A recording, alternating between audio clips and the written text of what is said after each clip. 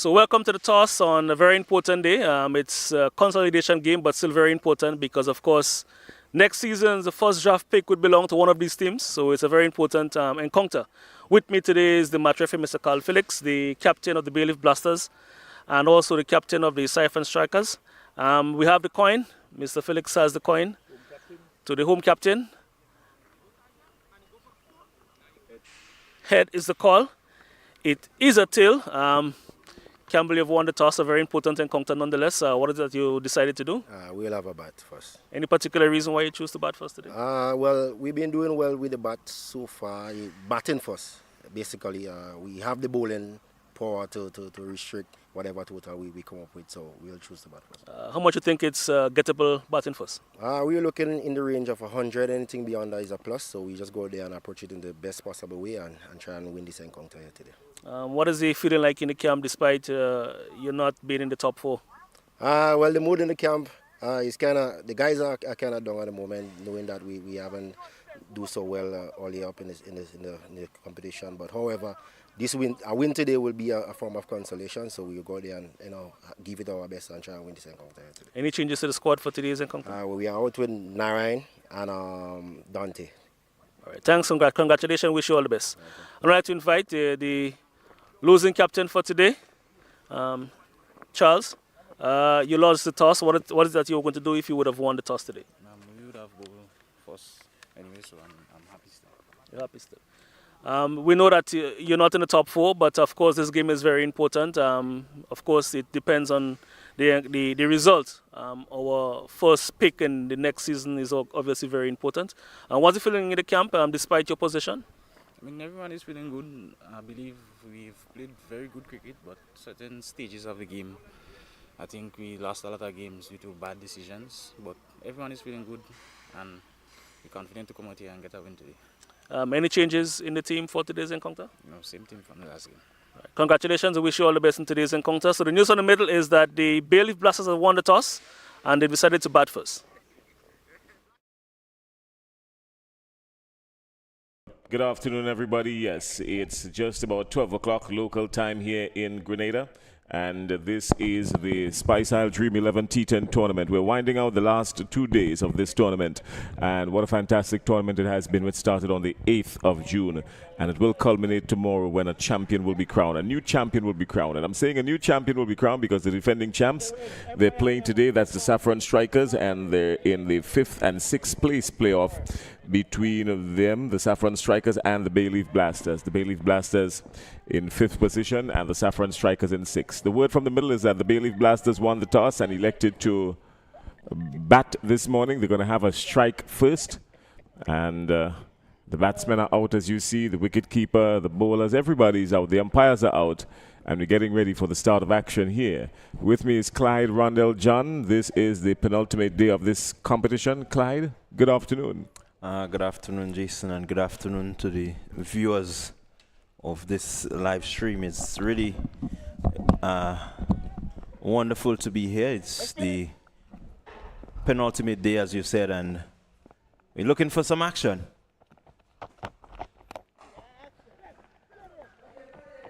Again. So the action gets on the way. So you see a slight misfield there from the fielder, Ruel Williams.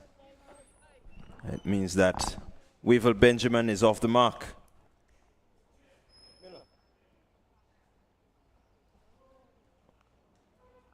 So it's Wavel Benjamin accompanied by Heron Campbell.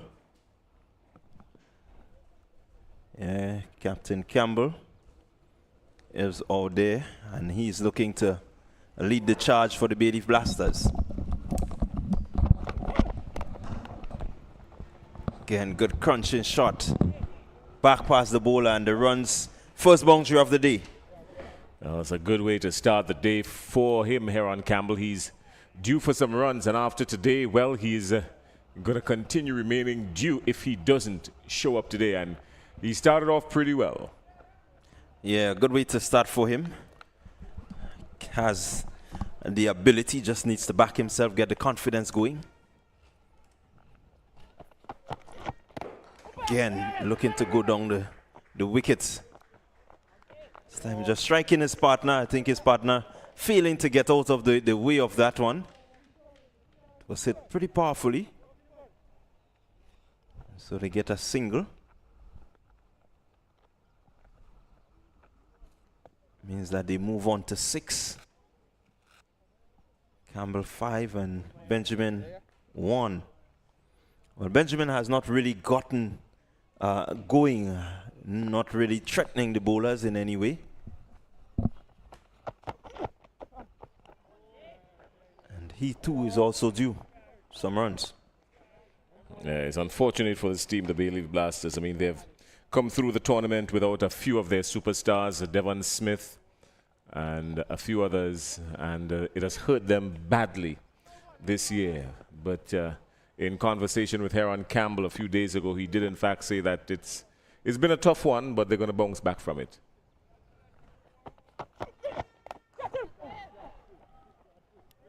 Chipped nicely. And beautiful shot to bring up another boundary. So this time it seems Wavell Benjamin. No, it's Campbell again. Just chipping that one, recognize that it's a slower delivery, and he was equal to it, just lifting it over the infield, acreage of space, because it's still a power play. Another boundary. Well, he did very well to turn the bat there at the last moment because he was nowhere near the pitch of it, just allowed it to come on and awareness of the field and turned it into the onside. Had he gone anywhere else, he would have been walking back by now. Yeah, I quite agree with you.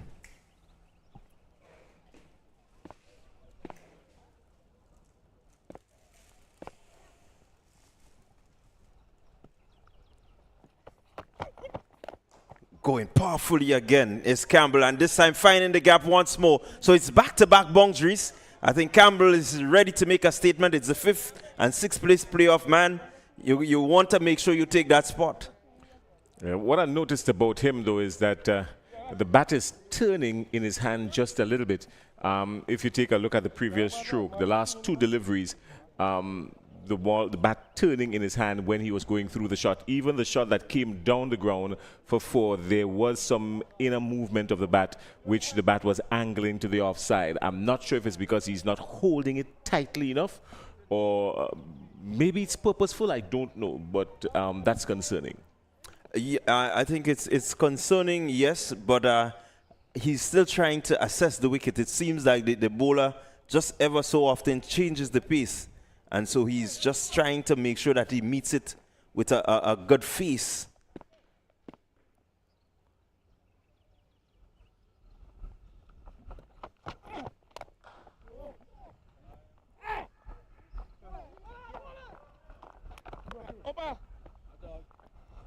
Similar to what you were saying, you see the shot and you can see that the bat is at an angle. You look at his grip while he's in the stance, and it does have a sort of open face, which at the point of contact he tries to close. Yeah, that one he was on the offside. A good shot. It deserved much more than he got for it. It was firmly struck, but just couldn't pierce the field. But he seems to be in good nick. I mean, save and except the little technical stuff that we just pointed out, he's in good nick. He would have loved that shot to go to the boundary for 4. Yeah, he really, you can see him rehearsing it ever so often because he wants to make sure that he gets the movement of the hands and the free swing. So it's 14 without loss. The first over completed. And the Bayleaf Blasters, they would be happy with that position. They would be looking to maybe just build on there and continue just around 14. No real risk taken yet. And they got 14. It's a good start for them.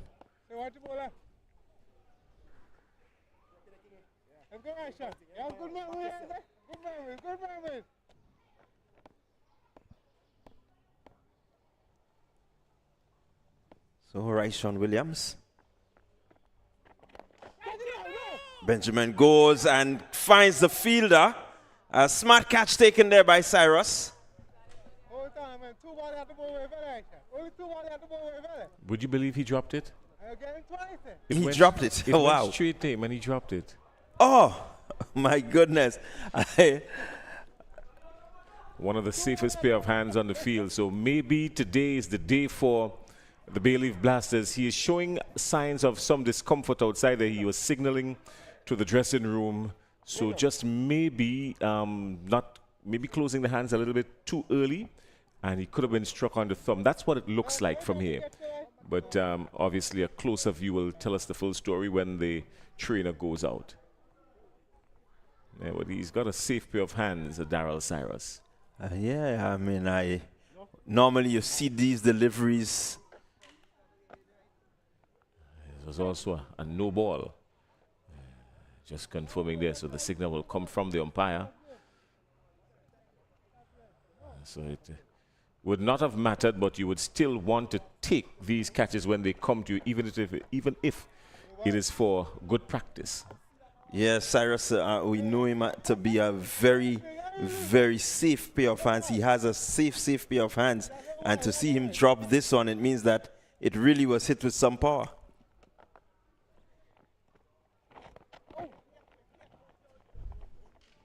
Again, good comeback from Williams after giving away that free hit. And he could only manage a leg by.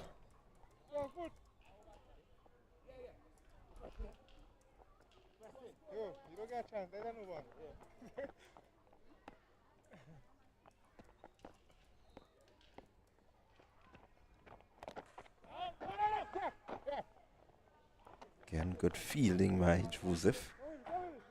Benjamin looking to pierce the gap. Maybe just timing it a little, playing it a little later. Again, straight to the fielder. They sneak a single, so a good hustling there by the Bayleaf Blasters. But they would need to settle this pair. They really want to get off to a good start to ensure that later on they don't have too much pressure. What we've noticed from them is that they lose wickets in clusters. And so they want to preserve their wickets as much as possible.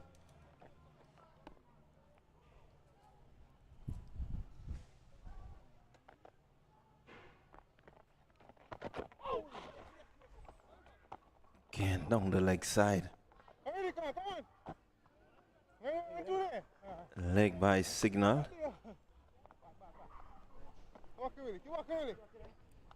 So Williams just looking to cram the batters there, not really giving them the sort of room to really free the hams. And there he goes, up and over the infield. That one crashes into the boundary. 4 more runs to Benjamin. Give him the width, and he had all the time to just get the hands through it. 1 bounce, 4. He likes it there. If you're gonna pitch it up to him and give him room to free the arms, he's going to be brutal against you. And they've been doing a fantastic job of cramping him for the entire series. But Ryshawn Williams, they're just letting him off the hook a little bit, and Benjamin accepting it with all the pleasure in the world. Yeah, so a bit of pressure being placed on Williams. Benjamin looking to be expansive.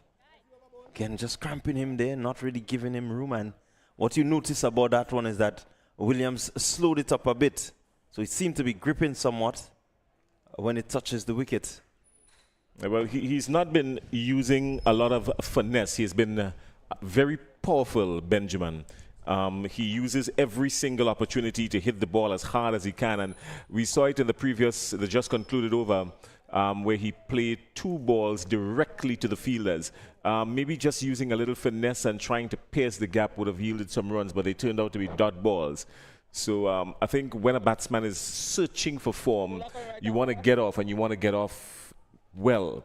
But sometimes it's not all about power, it's about timing and placement. Yeah, I quite agree with you there.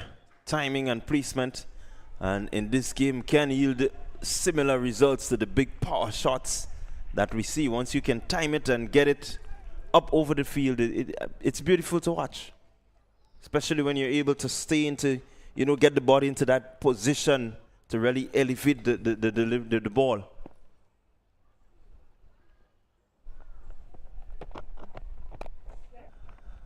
Again, good work from the bowler, St. Paul.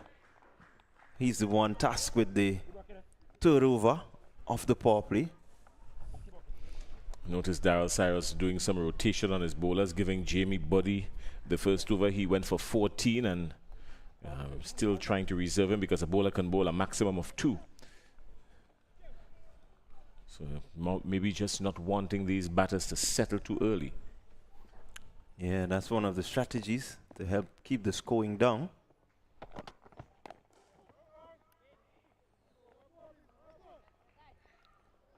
You want to make sure that the batters don't get too comfortable against any one bowler.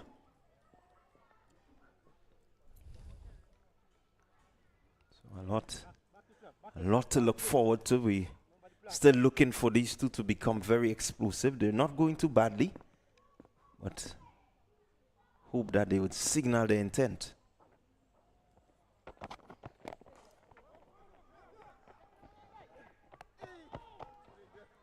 Okay, and a dangerous single T10. I think if the bowler hit that wicket there, Benjamin would have gone for all money.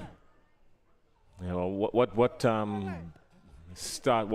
got to me most of all was the beautiful delivery that the Javel St. Paul bowled. It was a perfect length Yorker, absolutely perfect, and Wavell Benjamin had to do a whole lot to keep it out. Yes, St. Paul making life hard for the batters so far.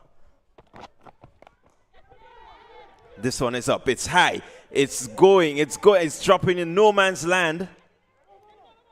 And so Campbell, living dangerously, wants to make sure that deliveries like this, he can put them away. Well, it got big on him. I mean, he wasn't expecting that kind of bunks from Javel St. Paul, and he probably should have, because Javel St. Paul is not a short guy, and he bowls with a straight up action. And that one just got big on Campbell for a second. Again, slower delivery by St. Paul, really just mixing it up, having the batters really thinking as to what next to come. So good job by St. Paul so far. He's gone for 7 already. It's not bad. He's kept the scoring down somewhat. A half chance or 2.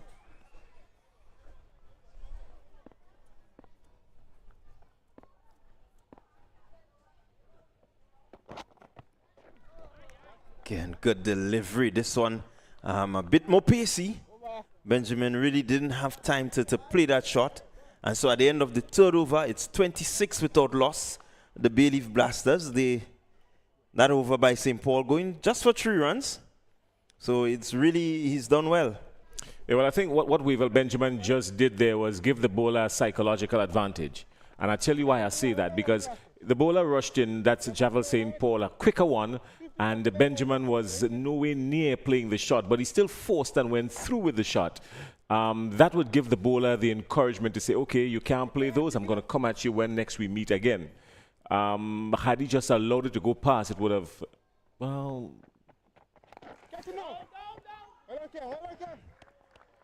Again, Campbell looking to paw his way through. Good shot. He got to the pitch, but can't find the gap.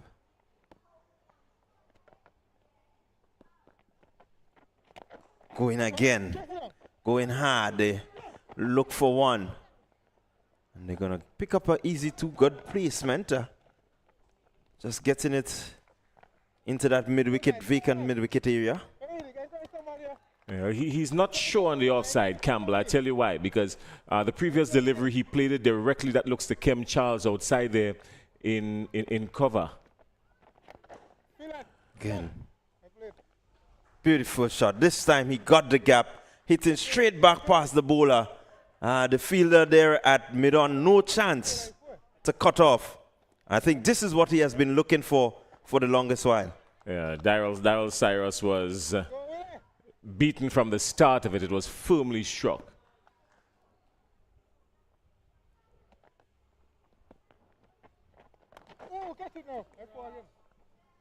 Again, not really in control, but the result is good for the Bayleaf Blasters. Campbell, this time just looking to play back and over the infield. Really didn't have control, but he got it into the gap. 4 more runs to him, so he moves on to 24 Campbell. Score 36 without loss. And not too bad for the fact that they have 10 wickets in hand still. We'll want to finish this power play over on a high, maybe 2 more boundaries, maybe a 6 and a 4.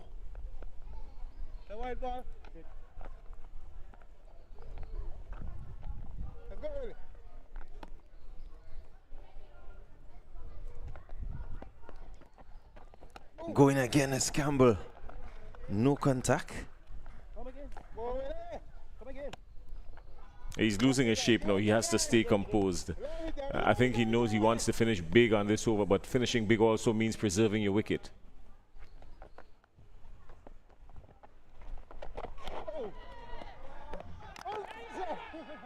Wide delivery.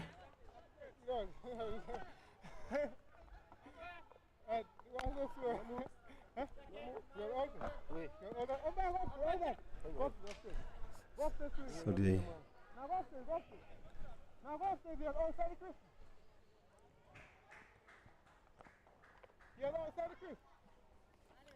a lot happening, a lot of action happening outside there.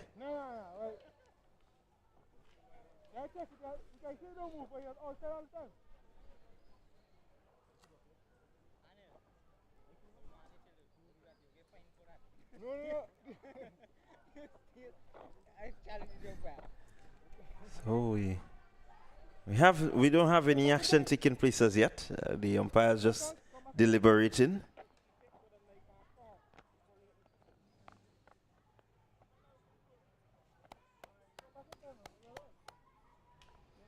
Yeah, I think they need to just relax themselves a little bit, the Bayleaf Blasters, because they need to finish on a high here. They've not had a very good season, obviously, hence the reason why they're in a 5th and 6th place playoff. And the team that this here basically is just for bragging rights and momentum at the end of the tournament. You know, but Campbell, there's some individual requirements here now for these teams, some individual accomplishments, I should say, for these teams. Heron Campbell will want to finish big. He's much better than the scores that he would have gotten in the tournament. He has not even gotten a half century, not even close to it. But he would want to use the opportunity today to at least cash in on it. Weevil Benjamin is in a similar position as well. So they would want to, you know, take full advantage of that opportunity that they've gotten here today to bat and score some runs. You know, but he has shown a little bit of tentativeness going through the offside. He was dropped twice already. I mean, that catch, that attempt by Kem Charles, it should have been taken, but all's well that ends well for him. But yeah, I mean, he's looked very solid going through the onside, but a little bit tentative on the offside of the field, and his stronger side is the offside. He is elegant when he's playing through the offside here on Campbell. He's a strong man, so he uses a lot of his power, and when he pierces the field, he does pierce it. But he's not done too well with the bat this tournament, Clyde. Yeah, really, he has not come to the party in the way that we know that he can. Some 4 matches he had, scoring a total of 45 runs. It's really under the standard that we've known Campbell has set for himself. And so he will, as you say, want to stay out there and maybe just put on a score that really signifies what he can do. Speaking about scores, we follow some ICC T20 cricket action in the Super 8, the clash between England. England has been on a tear lately, coming up against South Africa. South Africa 163 for 6 in their 20 overs. That's a modest score by all standards. And with the power of Bristol and the assault of Phil Salt, England would be fancying their chances in that one. England not taking to the wicket yet to bat. They're looking for 164 to win in 20 overs. It's very gettable for them.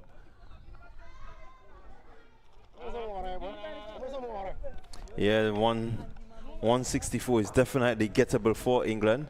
South Africa will really have to bowl well. They have to keep things tight and maybe pick up some early wickets, get the top order as quick as they can, and put pressure more to the middle. The middle haven't really had a good showing yet for England, and so it's important that South Africa pick up the early wickets.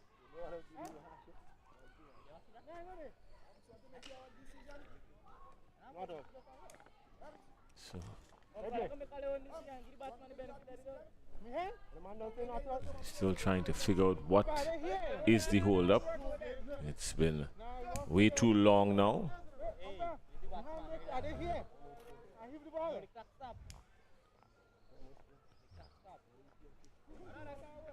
It's been way too long outside there. Just they need to get on with the business. Yeah, we need to. We've got the advantage of the technology, so use the technology and let's just deal with it and move on. Yeah, so they're gonna. The decision is not out, so we're gonna see a continuation as Rayshawn Williams.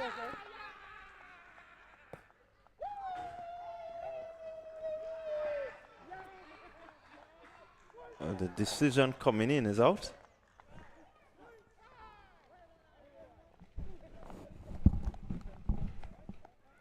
Oh, well.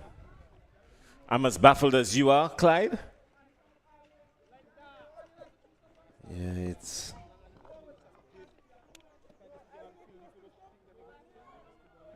Took some time, but eventually the decision is that Campbell goes. So he will be out. Run out?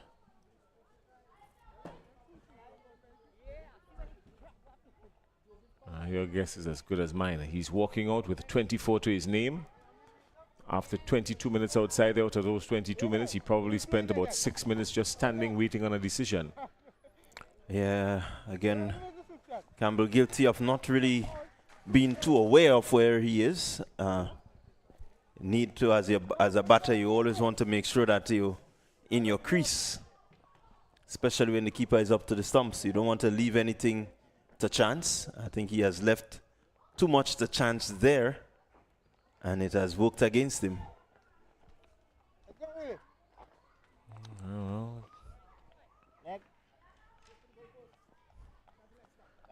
Kelshawn Andrew is the new batsman. It seems to be Dylan Douglas. Oh. Yeah, number 49, that's Douglas. So he has yet again to really come to the party. I think this is something that we've seen from the Bayleaf Blasters. Quite a few of them missing the party.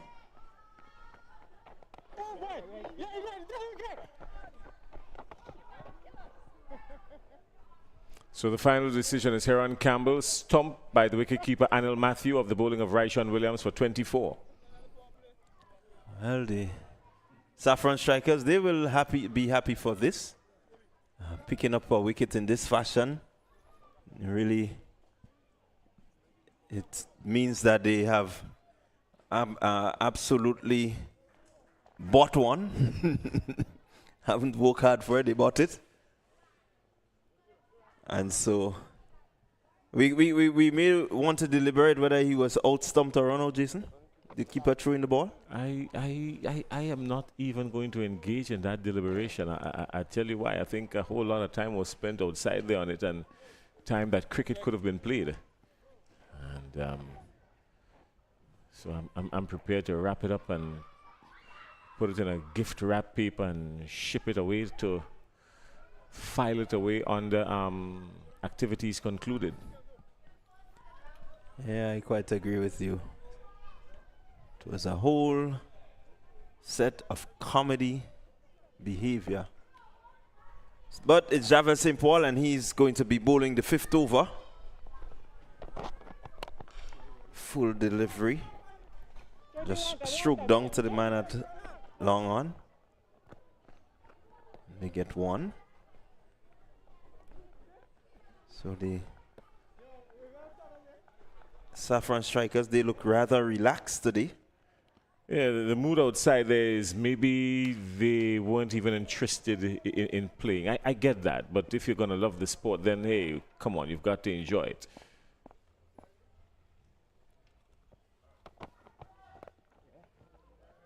And I think it's more of there's no silverware to play for, so let's just enjoy ourselves.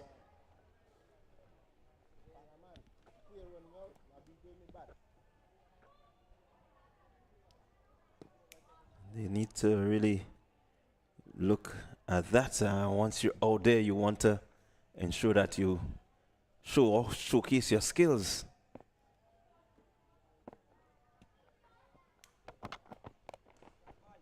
Good delivery, lifted. And one bounce over the rope.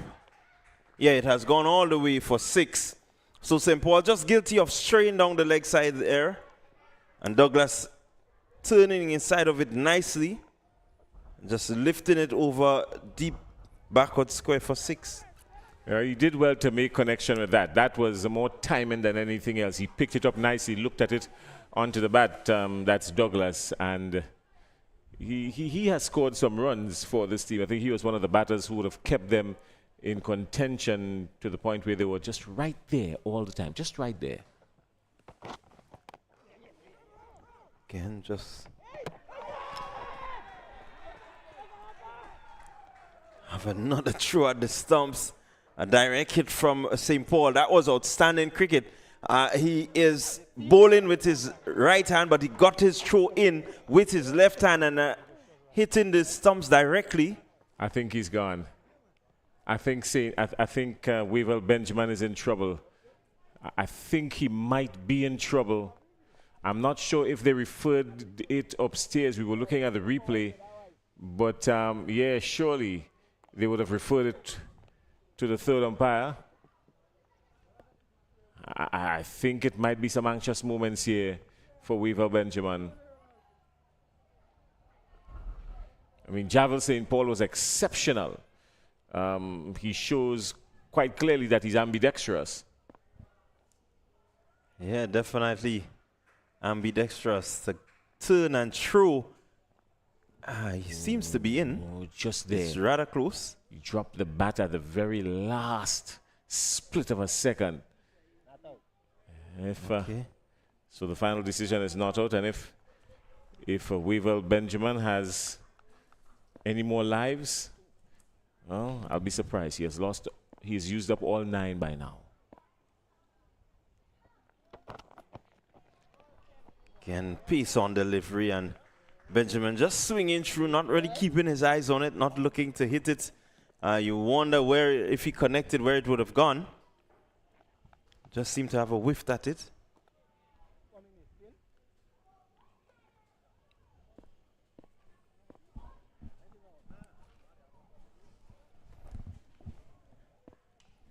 So St. Paul, his final delivery. Again, Benjamin just nicely behind it, stroking it for 1.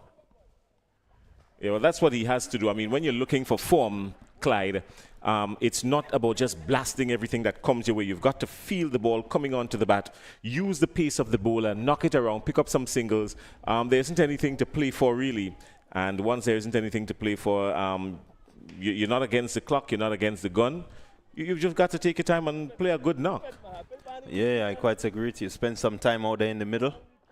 And spending some time here calling the game will be Justin Hector. Welcome, Justin. Yes, thank you, and good morning. Afternoon, in fact. Such a beautiful day.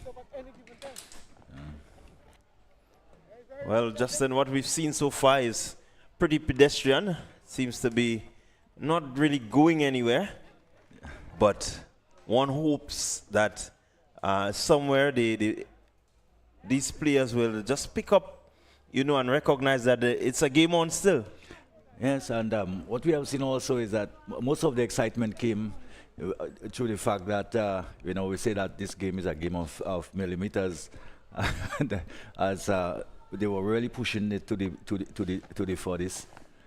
Spent quite a long time with one one review, and then we will Benjamin just getting away with a one which couldn't be closer than that. Yeah, so a lot of action. The Yes, at least they were. sixth over has started, and Sheldon Joseph is the man bowling, and the score 48 for 1. One delivery gone, and again we seem to have a hold up in the play. Really, this long delays isn't really necessary when you have the replays. You really shouldn't be taking too long. I mean, the game has to move on, and I think for that reason too, the ICC have implemented the fact that you should bowl you over within a time limit, and it's true. There's people again, it's a no ball. Yes, he has overstepped there, so that's why the time took so long to review it. But this one were about 2 inches, so I guess. I mean, sometimes you get the feeling that the umpires are a bit timid, knowing that they has the DRS to call on. But I think the umpire could have called this one. It's only my view. Slower delivery and lifted high and hard, and Benjamin getting the maximum of that free hit. It was a free hit by Joseph. A slower delivery is what he served up, rolling the wrist, but Benjamin equal to it, and lifting it nice and hard and high over long off. 6 more runs to Benjamin. Yes, probably for the bowler, he will learn not to do what he just did. In fact, this one was delivered well before it's again a second one, the same. He isn't getting into the box to deliver, and probably giving Benjamin a little more time to pick the deliveries up. Well, another boundary by Benjamin. A slower delivery again, but this time pitch shorter. And Benjamin rocking back, equal to the task, watched it nicely onto the bat and placed it expertly. So he will be building his confidence after getting these 2 shots. He has struggled somewhat and is looking to recover. Joseph into Benjamin on the edge. He goes for 1. He will go for the second. So living dangerously there, but it works out for him. Well, what didn't work out for Benjamin, for Joseph, was the fact that he delivered the ball, the last 2 deliveries, the deliveries which went for boundaries, almost in line with the umpire, really denying himself that when he went up there, he was a lot more effective. He came off the inside edge and almost went on to the leg stump. Again, he's in his normal position and smacked down the ground again. And another boundary. So a very expensive one, and one probably reached the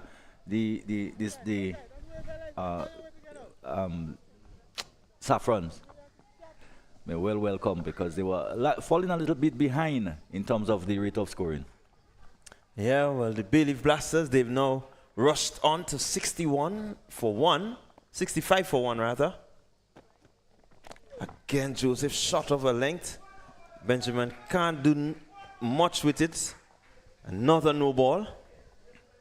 And so we are going to have a free hit. The batsman has crossed, and so Douglas will be on strike. I think the opposing captain can change the field if he so desires, because the batsmen have crossed. Again, slower delivery this time, hit straight, and that's gone into the boundary again. 4 more to the Bayleaf Blasters. They move on to 71 in pretty quick time. I think they are now blasting the Bayleaf Blasters. One hopes that they can blast their way to maybe 120 if they continue. Well, this is what is required at this stage in the innings. Of course, the Bayleaf Blasters, they have slowed down quite significantly at some point, but this is up in the air. And who is getting under it, diving forward, but can't hold on to it. But we have to say that the Saffrons, they haven't really taken care of the ball. And there we have again another single which really wasn't necessary, an overthrow.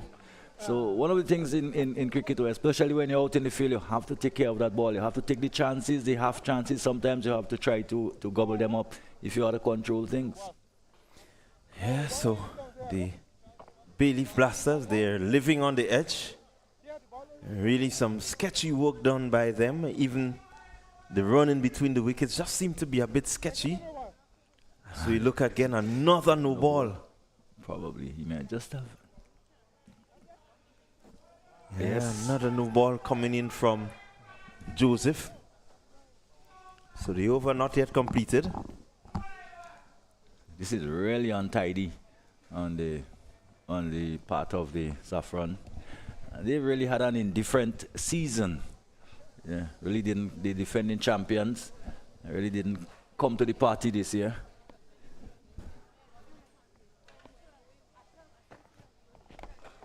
Again, short delivery and Benjamin lifting this one. He's not going to be out. It's a free hit. And St. Paul doing the right thing and getting it back to the keeper as quickly as he can. So even if he took the catch, he knew that he couldn't be out. The only way to run it to out him would be run out. So the over comes to an end. The Bayleaf Blasters, after 6 overs, they're scoring at 12.33 per over. Their total 74 for 1. Pretty good going for them. With 1 wicket down, they are set to get over the 120. Yes, I would think that they would be looking closer to 140 at this stage of the inning. Still, there are 4 overs to go. That's a lot of balls in which you can score, and with the fact that they have only lost 1 wicket, they can certainly do a lot of damage at the back end of the inning, and that's what they should aim to do, really. This form of the game, this shorter form of the game, you really cannot afford to play too many dot balls, and they have been doing pretty well, looking to get the singles and pushing the fielding team to the limit. A few nights ago, we saw how much West Indies suffered as a result of playing 50-plus dot balls. It's a facet of the game that teams really have to ensure that they are up with. Yeah, the turning over of the strike in these shorter formats is really critical. Determines a lot. We've seen teams win by 1 run, 2 run, tied game, super over. As Ruel Williams comes in.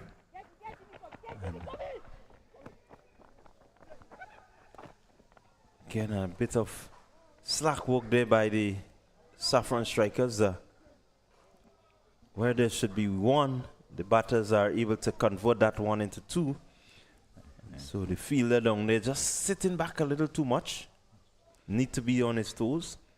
I have to give Benjamin some credit. It was a slower ball, and the pace of the delivery going down towards backward point area did give them the chance to put the fielder under some pressure and come back for the second. And there's another slower ball which he missed. So we're beginning now to see what we call the dead bowling. The varieties beginning to come into play. And one who do not conform to the fact that I think throughout the game you have to be applying dead bowling strategies. Well, there we go, just driving that one, Benjamin, into the cover region, getting a single. Bit of cat and mouse happening out there. I don't know if it's cat and mouse. Cyrus really seemed to be struggling out in the field, and I don't want to talk about the captaincy in general, but the team has struggled, and they haven't looked the part in the field, and that would be an area of concern for the coach, and looking forward to probably next tournament. Yeah, well, they want to make sure they end on a high, and that would give them some confidence. Williams lifted nicely. Benjamin has gotten hold of that one, and it clears the road by some distance. 6 more runs. Every time he has gone there, the ball has disappeared into that area. So he should have learned by now that you don't go into these areas. In fact, he doesn't have a fielder down at the backward of square. So he has to, his line has to be somewhere outside the off stump, probably on a fuller length. Force the batsman to hit the ball down or in front of them. Once you stray onto the pad without somebody down at the backward of square boundary, you're in for trouble. Yeah, so crediting the runs there to Benjamin when it was Douglas. So Douglas, he swiftly moves on to 20 of some 7 deliveries and striking pretty well. Again, looking to go with this one. And again, just a little fumble by Williams. It didn't cost him anything. But Saffron's there, just a little bit jittery out in the field. Ken Williams beating the batsman Benjamin and buys there for the keeper. I think it beat everybody. Nobody could really get hold of it. And goes into the boundary. So the Bayleaf Blasters, they are now blasting. They're 88 for 1. 7 overs completed, another 3 overs to come. The bowlers and in the rotation, we did mention how well Cyrus rotated the bowlers. But now it will be very important as to who completes the innings. Yeah, that final delivery was a beautiful delivery. But when it's not going for you, it's just not going for you. And it was a delivery which was full and in swing. And one could have seen the arc on the ball as it went through. And Douglas had no answer to it. In fact, he was almost yucked. But yet, it beat the keeper and he went away for 4. So when it's not your day, it's just not your day. And probably Saffron will be feeling that it's probably not just our day so far. But again, the condition is such that Saffron has a reasonably good batting also. And if they can get in, they can get probably whatever is posted or close to that. And it will make for an interesting finish. And who knows? I think they were there. No, yeah. Bayleaf Blasters, they were involved in a super over. And we may well get down close to that again today if Saffron chase well. Well, we have a long time to go before we can know if that is the result, but it's going to be Nikobe John coming in from the road end. He's going to be bowling some off spin, starting well. I think he will feel that he got away with that. Probably not quite the line he want to be bowling, just on about like just going sliding down the leg side. Bat and dot could have gone away.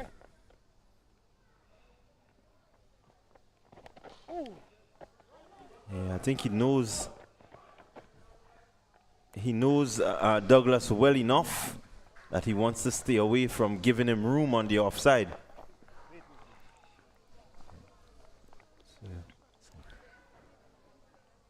Just looking to bowl a bit straighter is John. And he did get Douglas to almost play a foul shot by looking to pull across the ball, but that's what he would probably want to do. And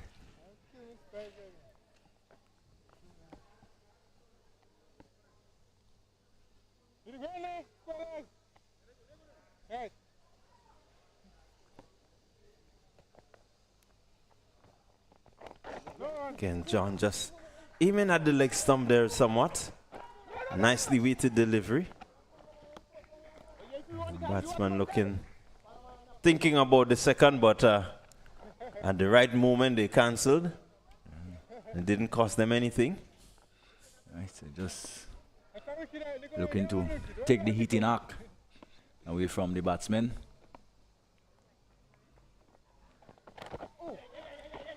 Yeah, wide delivery. So they go through for another extra overthrows. They really, the Saffron strikers have been sloppy in terms of backing up that ball that is thrown, and they've given away quite a bit of runs. Yes, that's what I'm saying. You got to take care of the ball out in the outfield. Cannot afford to be giving away these runs to the batting team. Benjamin goes hard. Fielder out there. It will just be one. So the Saffron strikers recognize what is needed. They've set the field and asked the batters to clear the ropes. As Douglas again tries to go over the rope, but the man out there can't beat him.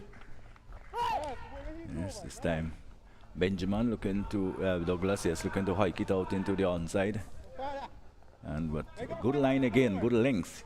Batsman just can't get underneath the delivery to get the elevation they need. Yeah, again, just forcing a false shot from the batter. Another single very wide, and quite a number of extras. Still, but one can understand what the bowler is trying to do. He is trying to bowl the ball tight into the body of the batsman, and the keeper too. has to be up with it in terms of understanding what the bowler is trying to do. And probably got a knock somewhere around the knee, just on the inside of the knee. You wouldn't know what that is, what that feels like when you're struck in those areas. Anywhere along that line or going up towards the waist. It's areas where you don't want to be struck at all. Yeah, it does bring some sort of shock to the body. And definitely Matthew getting hit on the inside of the knee. Very painful spot. But at 98 for 1, we're in the 8th over. We can probably expect to see a score anyway between 100, probably close to 130. And with wickets in hand, they can really throw caution to the wind, and that is what is required at this stage. So the bowlers will be under quite some pressure in terms of trying to stop the batsmen from scoring not at a far brisker rate than they are at the moment. Yeah, well, we're hoping, and I know the Bayleaf Blasters fans, Giselle Campbell, she will be happy if they can get past the 130, maybe closer, inching up to 140. Wicket in hand, you just need to make sure that you make good contact and you get them over the ropes. Well, on 32 with Will Benjamin, and probably will be eyeing a half century. Has the time to do it. Ken John just pushing into that leg stump. As the over comes to an end. So at the end of 8 overs, the Bayleaf Blasters, they are 99 for 1. And certainly looking to go across the 100. And the sight of 100 so far, as we've seen in recent matches, would probably bring some kind of jitters towards the Saffrons, because teams have really struggled to get anything above 100. So Benjamin seemed to be leaving, probably, I saw him bending over just maybe earlier during the over. We just a bit distressed. It's very, very hot out there.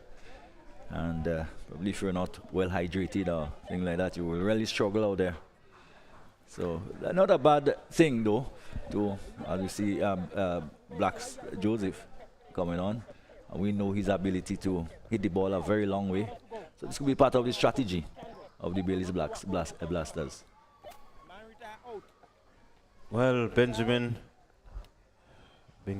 you looked at him earlier and you can see that he was in distress, as you said. So he's retired, hurt. And we'll see the incoming batter, Imran Joseph.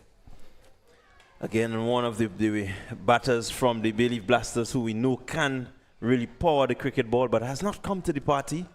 And so he will want to end the tournament on a high, maybe get a couple of sixes behind his bat and help his team to reach a score of maybe 130, 140. Yes. You see Douglas standing well outside the crease, about a foot out of the crease, probably wanting to get the ball for earlier. Being able to time it a lot better. The difference is the batter seems to go deep into the crease. Douglas lifting this one. It's high. It's high. A fielder under it. Reverse cup St. Paul takes a beautiful catch. Wonderful catch. He had to keep his eyes on it. It was swollen. It went really high. And he was rather steady there, Javel St. Paul, and taking a good catch. So it means that Ruel Williams has taken yet another wicket. Yes, and good bowling on his part, because Douglas did advance, took a mark just outside his crease, and he did bowl it a lot slower and just into the pitch a bit. And Douglas had no control. He hit it high in the air, and at the end of the day, it was an easy catch. So he continues to bowl well. In fact, he probably yesterday didn't go as well as he probably could have, but that's how it is. But he's one of the most successful batsmen bowlers on the team. And one could clearly see an effort now on the Blasters, from the Blasters, to sending some of the bigger hitters as we wind down here. 99 for 2. And anything over 120, as we say, will certainly pose quite a challenge for the team chasing. Well, Ruel Williams, he is the leading wicket taker at this stage, so he came in with a total of 11 wickets into this game, and so we can add another one to that, which brings him 12, and so he's gone past. He would be ahead of Fletcher and Murray, who are on 10 apiece. And certainly he would love to pick up maybe a few more just to seal that top bowling spot. And he may very well, at this stage of the inning, is what we may want to call like party time, when batsmen go for everything. And normally sometimes you will see wickets falling in clusters around that time. So may well add to that. My delivery. Again, you see why he is the leading wicket taker. The batsman coming down the track and looking to swing him away, but he just shortened the delivery and had the batsman in an awkward position trying to get hold of it. And although it was called wide, I think it was a good delivery in the circumstances, because what you don't want to do is to give the batsman room outside the off stump to free the arms. Again, batter looking to come down, and Williams just following him somewhat. Yeah, and it was again another similar delivery. This time the coming off the body had a little bit of byplay out there between Joseph, and the return came in, and he was in fact past the stumps already and chose instead to use the bat to stop the ball. So the 100 comes up for the Bayleaf Blasters. They are 100 for 2. Really, the excitement out there, not really much in it. I think they're just looking to enjoy themselves. But we've seen the umpires again going towards it. There's been so many stoppages. Is there a rule that you cannot do something like that long after you pass the crease? I don't know, probably interference. I don't know what. Well, there's no interference. The ball more or less coming in, just being lobbed in. It's a dead ball already. No need to waste time over this. Well, maybe not, because the umpires are reviewing. What the contention is that the return came in, and though he had passed the stumps, he did stop the ball from going on to hit the stump. So, yeah, he was well in. Going past the stump now, and as the ball came in, it's quite a while after. Yes, as the ball came in, he simply just used his bat way behind the back of the stumps. Just blocked the ball. Just making a show of it. You have to be very careful as far as the rules of this game is concerned, and whether it's interfering plays or he has gone past the stump a long time ago. So, but it leaves to be seen what the ruling would be. But really, it looks like a byplay to me. Well, I think that's all it is, and the teams just need to get on with the game. Yes, in the spirit of the game, sometimes, you know. So probably Saffron wouldn't score much points in terms of spirit of the game, when that is concerned. Yeah, they just need to relax and let the game play. I think there was no intent or anything to say that he's interfering with the play. So the umpires have ruled, in fact, that it's not out, and in fact it was. There nothing that at no time the batsmen were in danger of being run out. Yeah, well, there was no threat in terms of even getting a run. Normally, you see, we for example, the batter defend the ball, then he just take the bat, bring it back and toss it to. It's part of the game, so I don't think that they really need to. Take it to that extent. And the time which elapses. So we're going to see Williams. He has further 2 deliveries before the end of the over.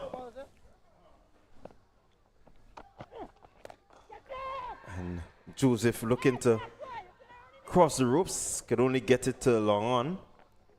And Joseph Fields. Brother to brother.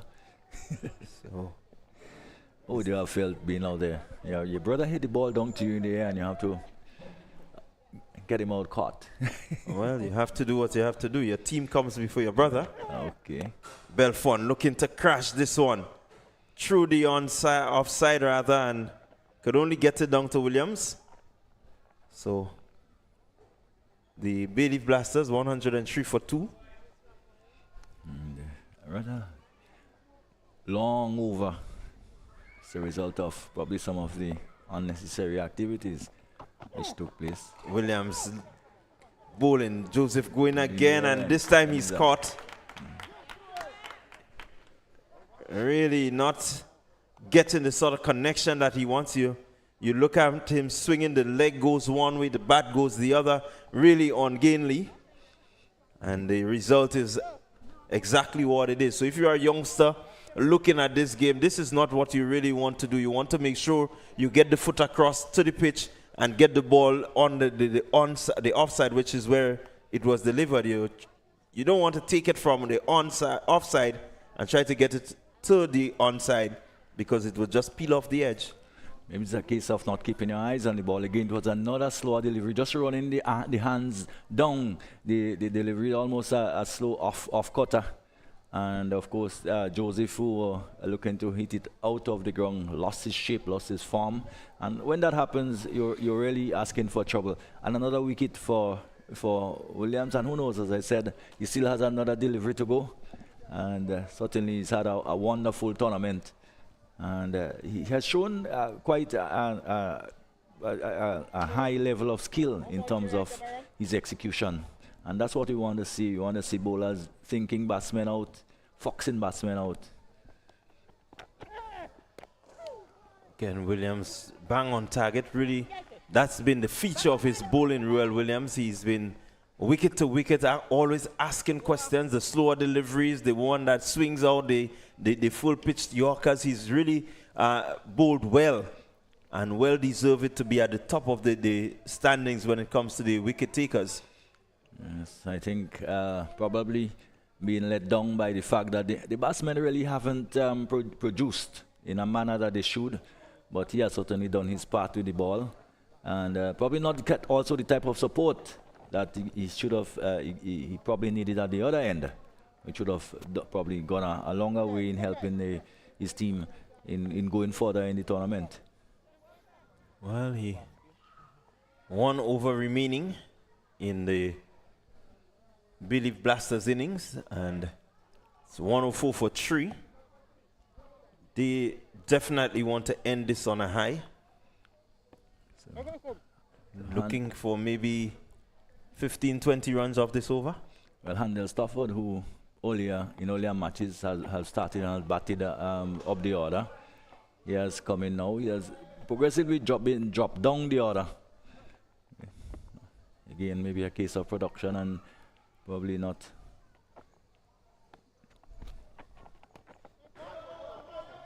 Well, in this format of the game, momentum and confidence are 2 key ingredients for success.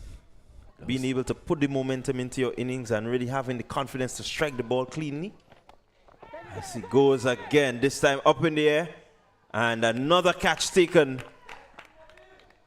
Nikobe John picking up his first wicket. Enrique Sylvester taking a pretty simple catch there. Stafford again hitting across the delivery. You know, not looking to lift it over the onside, maybe with a higher elbow going through the offside, but looking to pull away and try to get the ball somewhere maybe straighter. And perishes. Well, another player too that been away from cricket for a while, and probably just trying to find his crawl, his way back into form and into confidence. And as a result, one could see probably the reason why he kept slipping down the order. And as I said, a cluster of wickets falling here in this during the happy hours, we might say. portion of the game where batsmen are just going at it.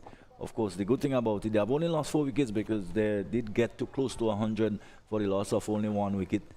So they has a wicket in hand, but probably they are not quite doing justice to that.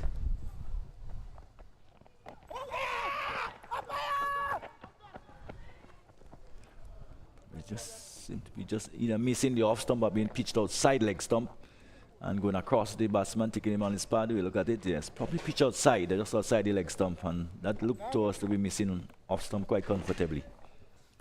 Yeah, so Nicobi John in his second over, his first over went for 10, and he's picked up just 1 run in his second over. Full delivery's gone. Wants to close off and close off well for his team. And bowling to Belfon, who lifts this one. Fielder out there. True comes in.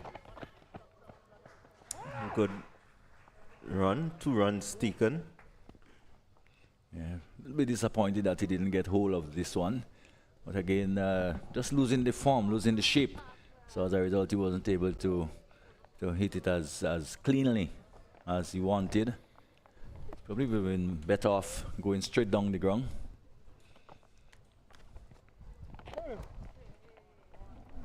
Again, going straight down the ground. Throw coming in, and another wicket goes down. But more importantly, it brings the end of the innings. Yes, of course, they had to go for it. And so Nyron Belfon goes run out. Javel St. Paul. And they would end the Bayleaf Blasters on 108 for 5. Definitely the start that they had, one expected them to carry on and maybe get a further 120, maybe 130, but the Saffron Strikers, they really did well to keep the scoring down. Despite the overthrows and the mishaps in the field, they would be satisfied with their performance so far. Yeah, as I said, the Blasters will feel that they're probably 20 runs short, and the Saffron will give themselves some credit. That they have ended well, and this way momentum comes in, so that should probably serve them well when they go into bat, having finished probably much better than the Blasters did. Yeah, so we're just gonna give you a quick run through of the scorecard. Wavel Benjamin, he was retired not out on 32 of 25 deliveries. He batted for some 47 minutes, striking 3 fours and 1 6. Heron Campbell, he was stumped. Anil Matthew bowled right. Sean Williams for 24. His 24 coming off 14 deliveries. He spent a total of 24 minutes, 5 fours, no 6s. Dylan Douglas, he was caught. Javel St. Paul bowled Ruel Williams for 26. His 26 coming off 14 deliveries also. 23 minutes, 1 4 and 2 6s. Imran Joseph, he went with the score on 1, with his score on 1. He faced 2 deliveries, spent some 7 minutes. And Nyron Belfon, he was run out for 5. His 5 coming off 4 deliveries. Handel Stafford faced 1 delivery. Sorry, he faced 4 deliveries and got 1 run. Shakim Charles not scoring, and Kelshon Andrew no score. He was out of the last delivery. And bowling for the Saffron Strikers, Raishon Williams. He bowled his 2 overs, picked up 1 wicket for 19 runs.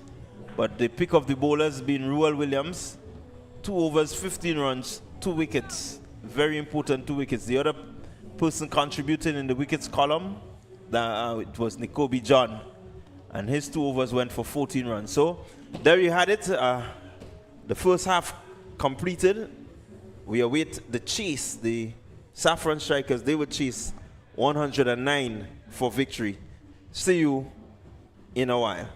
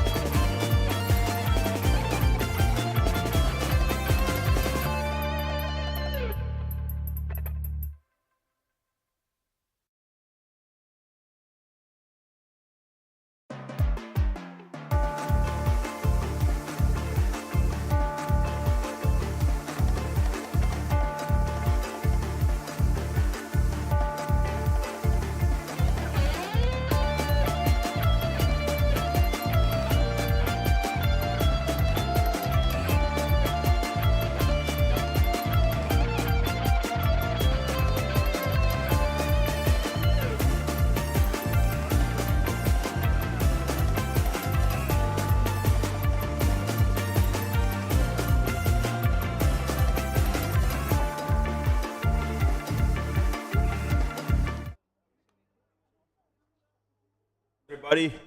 And we are in for the chase. The Bayleaf Blasters, they have blasted their way to 108 for 5 of their 10 overs. And it's now the turn of the Saffron Strikers to see if they can get to that score of 109. The openers are out. The bowler is ready. Opening the innings, Rikel Sylvester and Kobe John for the Saffron Strikers. And the man with the ball will be Imran Joseph, sorry. It's going to be really interesting to see the approach of these two new batters. We've seen a new pair coming in for the Saffron Strikers. Sylvester getting a very fortunate chance there. I think the fielder down there did everything wrong. Didn't come in quick enough. That's the first thing. And then he overran the ball, just spinning out of his hand. And so a good boundary for Rikel Sylvester to get the Saffron Strikers innings going. Yes, although it was not the best stroke, but he was basically facing the onside and the ball coming off the leading edge almost and almost carrying down towards backward point. And the fielder at the backward point boundary probably haven't yet gotten over lunch. Just stood on the boundary and couldn't do anything about it. So what we expect from Joseph, pace, some bounce, and certainly has shown that already. The second ball of the over. But again, the Saffron Strikers, they would have been, should have been happier of the team coming back into the second half of the game, having ended well. And they need to really start well and probably as they strive to overhaul the total of 108, which is not a very big total. And unexpected, interesting chase.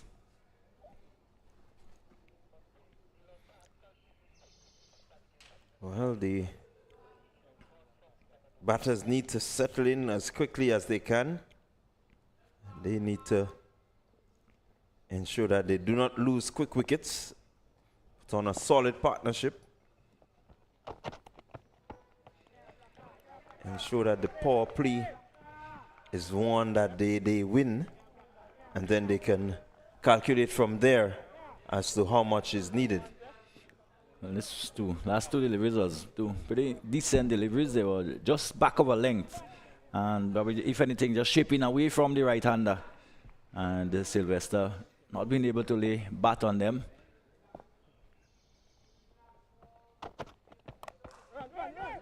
Again, Sylvester looking to go big. Not where he intended it to go, but the result is this time 6 runs. Yes, if the two end of the bat almost looking to probably go up and over the offside. The intent was there. The ball coming off the almost the bottom of the bat and flying over where a third man probably would have been on the way to the boundary for 4. For 6, in fact, he went all the way. Rikel into his wickets. Pulling well. That seems to be 6 more. Yes, it is 6 more runs to Sylvester. So he has really gotten off to a good start. I think what is needed here now is just him relaxing and, you're already over the run rate required. Just take it easy. And because it's Joseph, one could afford the support by his fellow batters and cricketers down there. A great rivalry between the two outfits. Again, going hard over the infield. It's going to be safe. Rolls into the boundary now. So a very good over for the Saffron Strikers coming off the bat of Rikel Sylvester. Another boundary. And one knows that Joseph will not be happy with that at all. He's gone for 20 in the first over. And again, as I said, Saffron Strikers, they would have been the happier team coming out. And one can see the momentum which has shifted already from the opening batsman, who has really plummeted 20 runs from the first over from Joseph. So Joseph not really doing the business that the Bayleaf Blasters would have spoken about. I know they want to keep it tight. You want to win cricket games. And so 20-for-1, a good position for the Strikers. As we see Nick Kobe John, he's going to be facing up to Kelshon Andrew. Yes, so it's left to be seen what John haven't had strike so far. In fact, Sylvester have had to deal with the entire over from Joseph, which I thought in the end he did quite manfully. Joseph, of course, attacked him a little bit with his shorter deliveries, but he showed that he's quite adept to playing that. Did have a little problem with the ones that was a little bit outside the off stump, but it was two good deliveries, except that everything else really came off the flow of the bat. And 20, be happy with the start. So Kelson Andrew, see what he can do.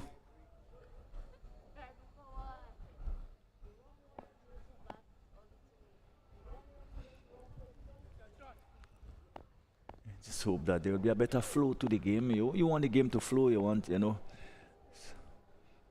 too much time taken for deliberations. So Andrew starts well. Ball just pushing the wide line there. Good for him. It was inside of the wide line. Again, a strategy that we see many of the bowlers use in terms of asking the players to reach for the deliveries. Yes, and if you look at the flag in the back, it shows that he'll be hitting into the wind now, because so you want the batsman to be hitting the ball into the breeze, so to speak. So you want him to be fetching it, trying to fetch it from wide outside the off stump. But this one is with the breeze. Oh, quite a mess of it there, running back. It was a difficult catch, and I guess it would have been swollen in the breeze. And the fieldsman in the end couldn't quite get to it. And probably getting a hand to it and not holding on to it. So, a little bit of luck there for John. Yeah, the Saffron strikers, they are riding their luck. They seem to be the lucky of the two today. And so they continue to ride their luck. It's going their way. They're striking at 16.5 and over. Let's see. Again, good delivery, pushing for one. Good sensible cricket here now. You already up with the run rate, so that's good thinking there from Nikobe John. Of course, you got still in this game, you still got to treat a good ball as a good ball and try to maximize by even a single. Sometimes is the maximum you can afford from it. You take it. Because as I said, what you don't want to do is to be facing lots of dot balls, which will put a lot of pressure on you at the end of the game. Want to stay ahead of the game. So three deliveries gone in the over. The Saffron strikers, they've only gotten 3. And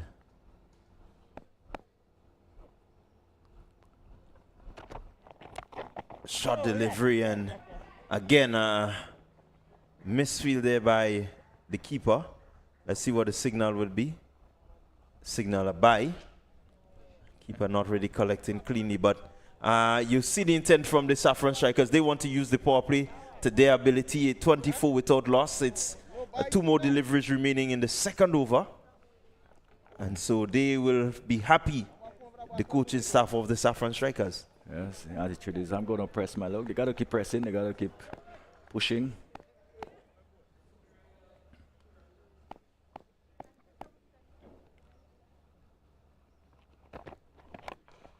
This one going high.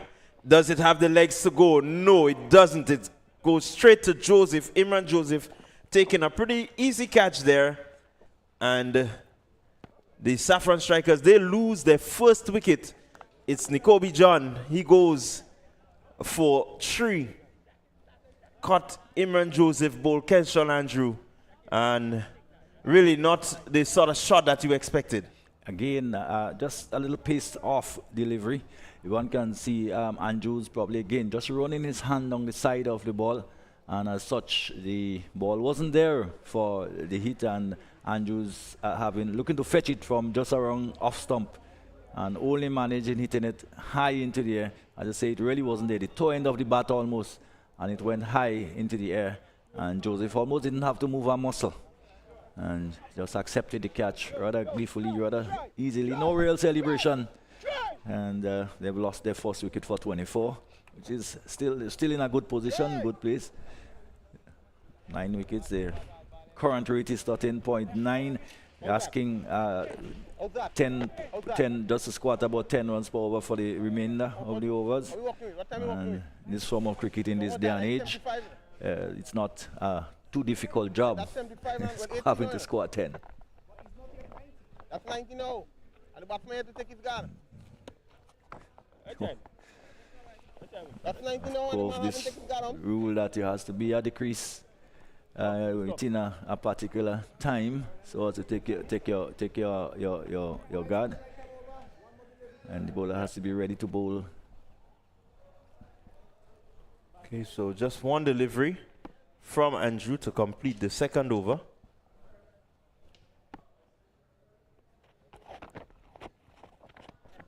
Good delivery. Riddick Healing is the batter, and it's a good over for Kelshawn Andrew, picking up 3 runs and, more importantly, getting the wicket of Nicobi John. So good start for the Bayleaf Blasters. They've pulled it back somewhat, and they just need to continue from here on in. Yes, indeed. That's what you want. You want the Bayleaf Blasters now. We want to slow things down a bit and ask the batsmen to take more chances, which will give them more opportunities to pick up wickets. And of course, wickets do slow the rate down quite appreciably. And that's the approach that the Bayleaf Blasters will have to take. As I said, they probably will feel that they're about 20 runs short based on the way the innings concluded. They were probably well on course to scoring about 120, 125. At the end of the day, they fell probably just about 20 runs short. So they would want to probably get back on par.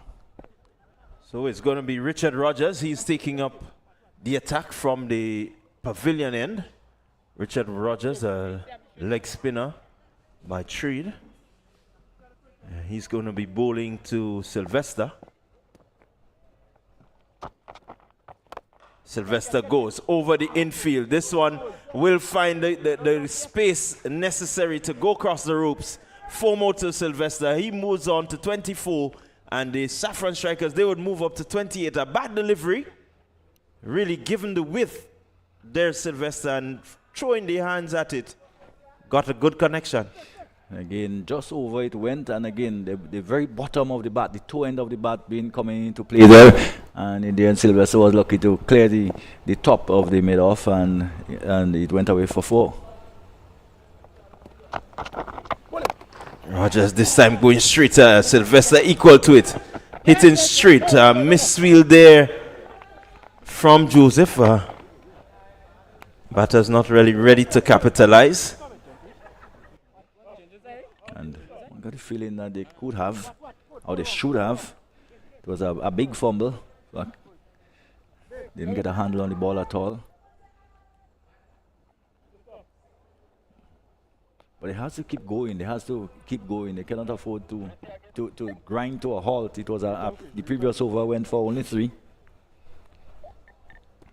Well, so far this over has gone for some 5 runs.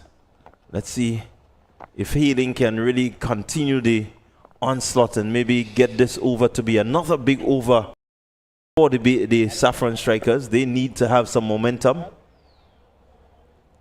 Yeah, that momentum you talk about has to be that momentum that they ended the game with. Again, we cannot tell you what the hold-up is, but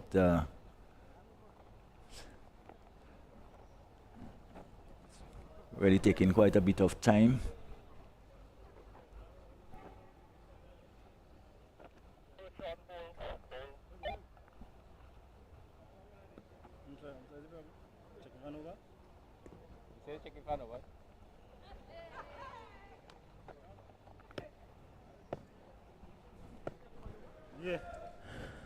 In the meantime, hot day, another very hot day.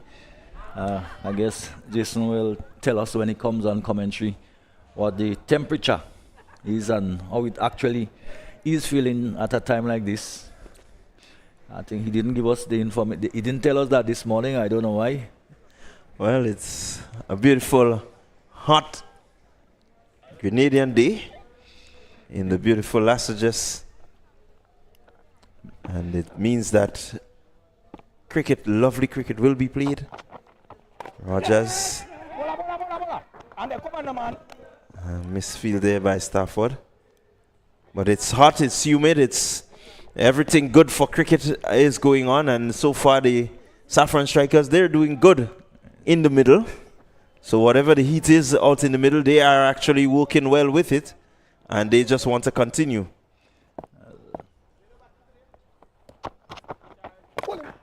Sylvester just digging out this one. So Rogers just honing in on the stumps somewhat. Yes. Well, we can't say the pressure is on yet, but we do feel like 96%, 96 degrees in the shade. So you wonder what it feels like out there. A loud appeal, and he's gone. He's gone. In fact, he has given him out. Well, it all looks so simple, so easy. It was a delivery outside the off stump. That was Sylvester. No, it was yeah. So that was Hailing, just yeah, pushing, yeah. And he goes.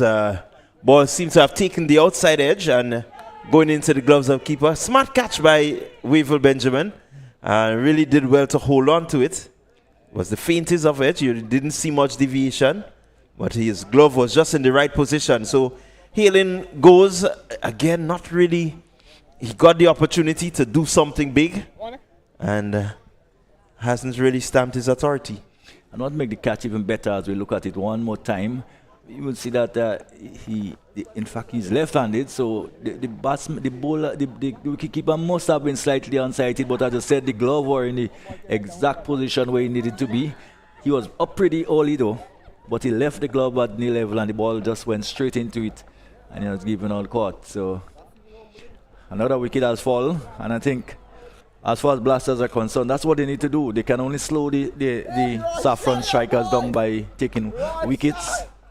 And the Saffron Strikers have struggled a bit in the middle part of innings. They have lost a number of wickets in that stage of the game. So it brings Raishon Williams to the crease. Well, this is so unfortunate.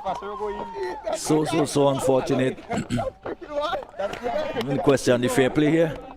Well, the rule is the rule, eh? The rule is the rule, and we have to work with the rule. And Sylvester, recognizing that he faltered, he's on his way.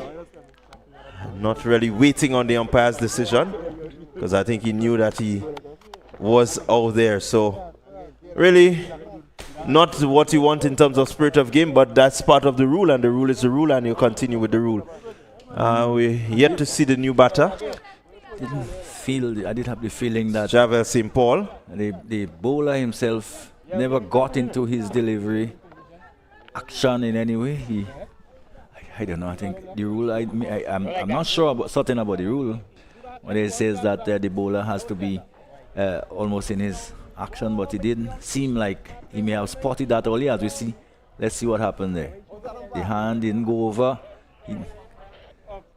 That's interesting. Very interesting. Well, there's the appeal. So the very interesting.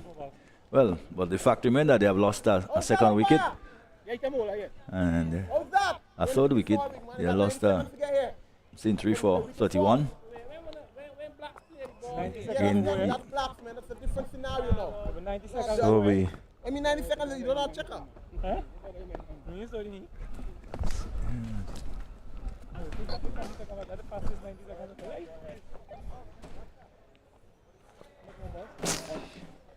Quite a long delay again. I think the question now was the time which elapsed between the incoming batsman taking strike. Yeah, I think the players need to play the game and let the umpire do their jobs. I think they're trying to do too much. As we see Richard Rogers in and bowling to Raishon Williams, who just smacks that one over the top and goes all the way for 4.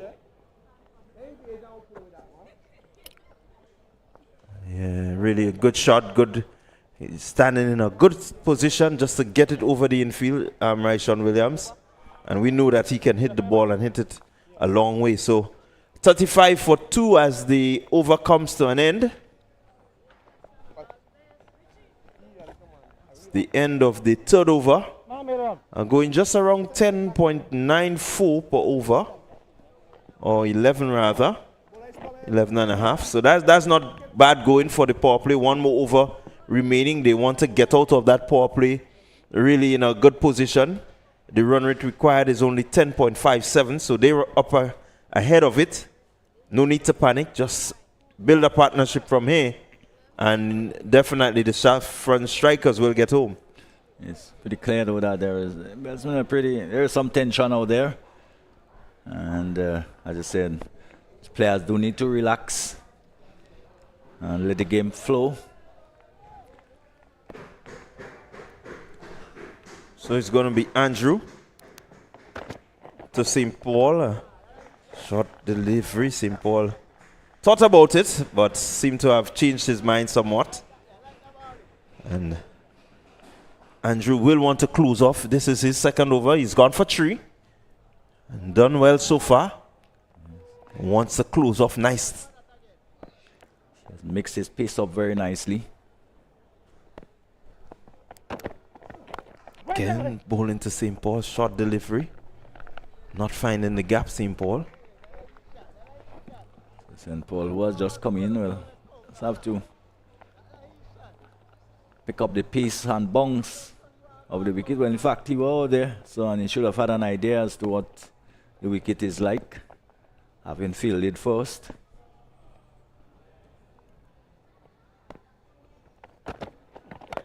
Again, St. Paul hitting. And a good catch taken there by I Make It. That's a magnificent catch, really magnificent. Is it Stafford? Let's have a look. It may not be, no. Nah, that seems to be Corey Celestine. Celestine. Yeah, that's Corey Celestine. It's clarified now. Really a brilliant catch there. He had to cover a bit of ground. He did so really well and put in the dive and taking an outstanding catch to remove Javel St. Paul. So Keshan Andrew picking up a wicket really important for his confidence. And not only that, he picked up a big wicket, the wicket of St. Paul. And St. Paul is one of the batsmen who can really take it to the bowlers. Again, the ball coming off the very bottom of the bat, the toe end of the bat. And we've seen a lot of that today, but that's a magnificent catch. Yeah, well, one might say that he has no right to get to that. But he did get to it, and the ball was almost past him, diving almost backward and pulling off a blinder. Well, that's what these guys are paid to do. That's what we expect from them out in the field. And they're doing it pretty well. But again, now, 35 for 4. There's some problems here for the Saffron. Yeah, the Saffron strikers just always seem to lose wickets in the middle innings. And that tends to put pressure on the incoming batter. So Andrew picking up 2 wickets so far, 3 runs. Some 3 deliveries remaining, so he still has the opportunity to maybe pick up a few more. The Saffron strikers will need to just complete this power play, maybe get a couple boundaries behind them and look to press on. Ball down the leg side, not where you want to be bowling, but again you see the intent. Keep the ball close to the batter. Batsman, the batter, yes. I think for Saffron strikers now, they would want to just settle things maybe for over or so. They're pretty okay as far as the rate is concerned, although a few wickets have fallen already. We see the rate as the asking rate has gone up over 11. Well, that will pose some pressure. And another big hit down into the outfield and taken again. So wickets are really tumbling now. A good delivery again by Kelshan Andrews. Short of a length, and the batsman looking to get inside of it and hit it over the top. And again hitting into the breeze, which is a fatal error. And not being able to go the distance. And a good catch taken down there on the boundary. The fielder just that looked like, who's that, Douglas down there? And yet another wicket has fallen. And as we said, more and more problems now for Saffron strikers at 36 for 5, and probably they may be just giving away the initiative if they haven't done so yet. 36 for 5, really losing some key wickets rather quickly. So the attitude of the batters there seem to be hit or miss, and they're not wasting any time. They're looking to maybe chase down this total as fast as possible, and not doing so in the right manner, in the approved manner. You want to build partnerships. You want to make sure that you get your team into a solid position before you really begin to hit these deliveries over the ropes. Well, you can do so by losing 5 wickets for 36, well before even almost in the power play. In the power play, it means that you're always chasing the game after that. So it's Joseph, Sheldon Joseph. Wide delivery there by Andrew. Andrew picking up some 3 wickets in this over so far. Still has 2 legal deliveries before he ends his over. And so the opportunity to maybe pick up 2 other wickets. That was a smart bit of bowling. He pushed it a bit wide for the new batsman, and Joseph did have a flash at it and eventually called wide. Yeah, well played by Joseph. Not really looking to belt it around, but just used the timing and placed it nicely. So he's seen the ball quite well. He had a blistering 49 a few days ago, and I think everyone was happy to see the way that he struck the deliveries. He, really played a 360 game. He was able to get the ball down the wicket. He was through the offside, through the onside. I think I even saw him try the little lap over third man. So he can play. He will have some challenges out there too, having to deal with the compliments coming from his elder brother. He's bowled him, in fact. Well, very, very tentative, and another wicket for Andrew, and he has certainly probably done the job as far as securing that victory for the Blasters. A delivery outside the off, so back again a cutter. One could see that slower delivery, and the ball just drifting into the batsman, and just simply pushing the bat at it outside the off. So the ball taking the inner portion of the bat and going back onto the stumps. And really sorry side for the strikers. They would probably feel certainly that they have made quite a bit of a mug of this chase so far.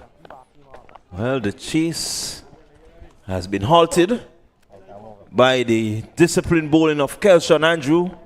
2 overs, 6 runs, picking up 4 wickets. Really outstanding figures for him. Really putting a dent into the batting of the Saffron strikers. It will be, really an uphill task from here for the Saffron strikers if they are going to get anywhere close to that 108 or 109 required for victory.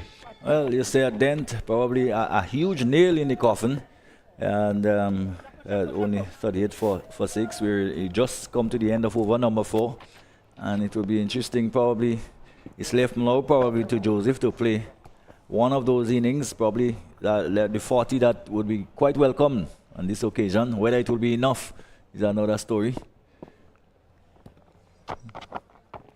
Oh. So Joseph just looking to take the attack to Rogers. And that one just turning over this top of the off stump. Very dangerous shot to play to a delivery like that. And the ball just going over the stumps. Again, bit of purchase, a bit of grip. That one did spin past the bat of Joseph. So we've seen Rogers just extract a bit of turn there. Not much, but he does have something there, Rogers. Really don't need to turn it big. This time just losing the line. And giving the batsman an opportunity. And when you have a batsman in your clinch, like you did, you don't release them. Keep the pressure on. Just releasing Joseph there for a moment. But again, the pressure mounting, 12.18 required. The run rate has gone down significantly to 9.23.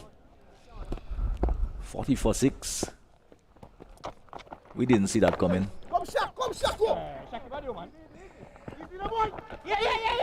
And they will pick up an extra as the return came in. And as far as Blasters are concerned, I don't think the extra run will hurt them too badly. With the state of the game, with the state at which the Saffron strikers are.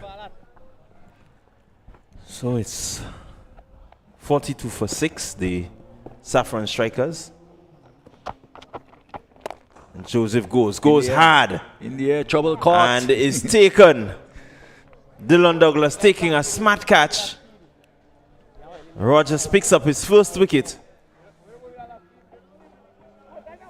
Really not getting the sort of connection that he needed. Again, it seems to have come off the toe end of the bat. And Douglas down there not having to move, just to receive gleefully. So it's Ruel Williams, the batter, out, not really hitting the ball as he wanted. And so another wicket goes down for the Saffron strikers, 42 for 7. Well, smart bowling, I should say too, by Rogers, knowing that we're now down basically to the tail end of the batting, and most of these batsmen are not adept at hitting the ball big, so to speak. So what he did is that he did toss it up a bit, just over the eye line, and ask the batsman to go after it. He did, and ultimately, and more often than not, what we expect happened, he didn't get hold of it, and easy catch out into the outfield. And this probably is the end of the resistance by the strikers. So it's going to be Jamie Buddy taking strike from the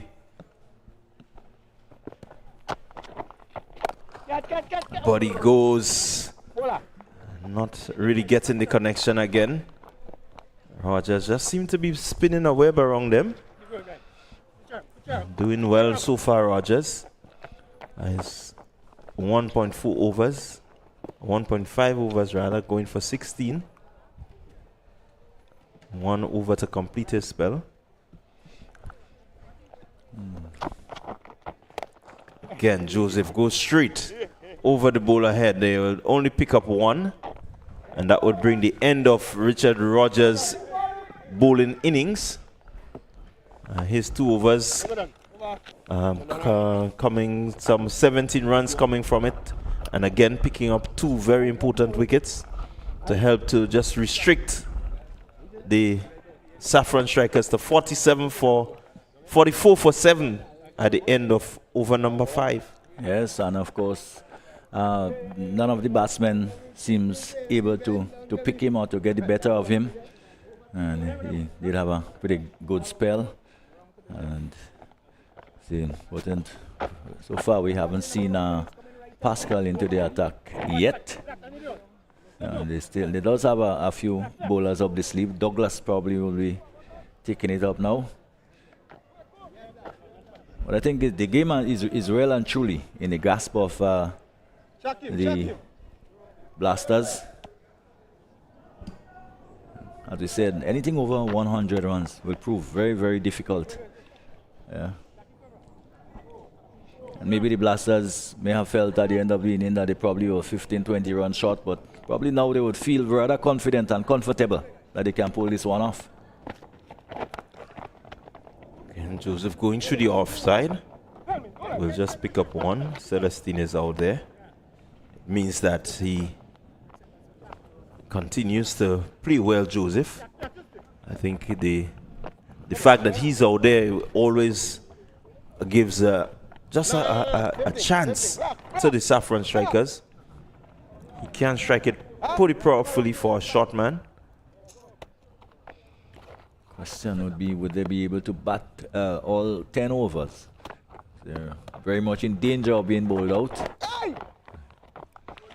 Okay, and nothing shot by Bodie. A delivery tossed up outside the off stump. And,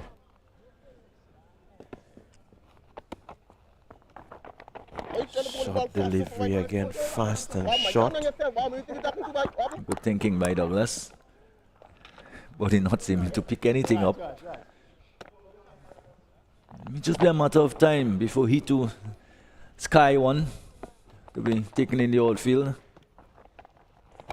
Again, up in the air it goes, just as I was saying. Does it have the legs to go over the boundary? Yes, it does. Well, he did get hold of this one. And something had to give. Well, Jamie Bodie latching on to what we would call a loose delivery, a slower one. We saw the faster one come through. And this time, Douglas just looking to hold it up, but just getting it a little too close to Bodie. Freeing the arms there, Bodie, and 6 more to the Saffron Strikers total. Moving them on to 51 for 7. Bodie looks he's a muscular man, sir. Well, we want to refer to him as a big man. And should be able to hit the ball a long way. So for the Saffron Strikers, they would hope that that's one of many to come. This time short, and again the toe end of the bat, but he has gotten enough of it again. This time on the opposite side of the wicket, and same result, 6 more. I think they need a lot more of that. So the impetus for the inning has been really Bodie giving them some sort of drive and impetus, and the Saffron Strikers probably will start believing again.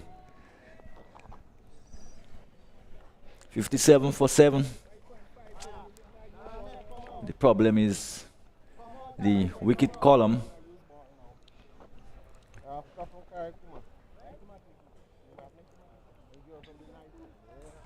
Still needing almost 13 and over.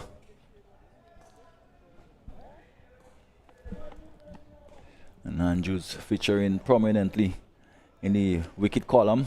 All 4 of them. 4 of them. 4 of the 7.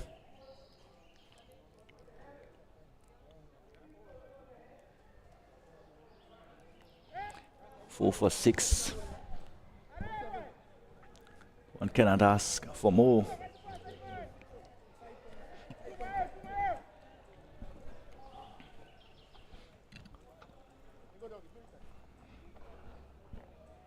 Yes, a number of these balls have been lost in the bushes up there, and somehow I think the youngsters we're not seeing much of them around.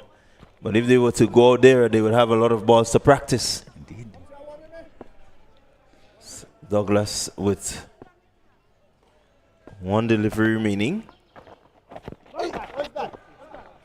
Bowling to Bodie, who looks to just lift it around the fine leg region, or maybe back of the square, misses. End of the 6th over, it's 57 for 7. And the Saffron Strikers, they are in chase of 109, and they're quite in a hole. Yes, and a long way from that, and probably a lack of resources probably to pull them through. But again, cricket is a game of glorious uncertainties, and maybe these two can create some problems, can get most of the 13 needed from here on. And Jamie Bodie, who have hit a couple 6s, just a little bit of balance on most occasions. But it's certain that once he gets it anywhere on the bat, it will fly. It will go a long way. So it will be Charles who would continue. So quite jovial out there, quite happy. The Blasters probably feeling very comfortable in the space they are at the moment. The fact that it's 57 for 7 with only 4 overs remaining.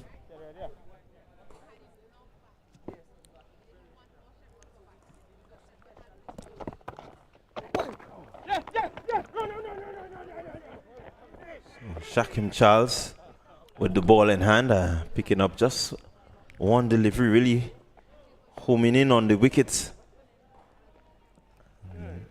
Joseph there not really deciding early what he should do, but he came down just in time to ensure that he preserves his wicket and that he can continue to soldier on for the for the Saffron Strikers, who have really, the run rate has dropped quite considerably and are going at a pretty pedestrian. They're looking to build some sort of momentum again, just consolidate their position a bit. But he's looking to go inside edge. They go for one. That's all there will be. So the Blasters wouldn't mind that. One wouldn't do the trick. And getting up to 14 over needed. Charles seems quite happy to give the ball some hang time.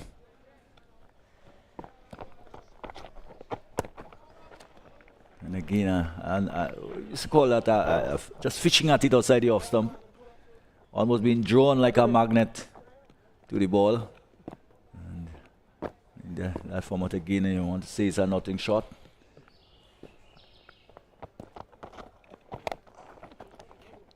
Joseph just looking to push this one wide of the man at long on, and he picks up two.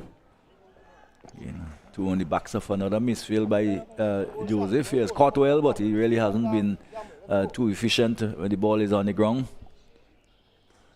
So maybe 61 for 7.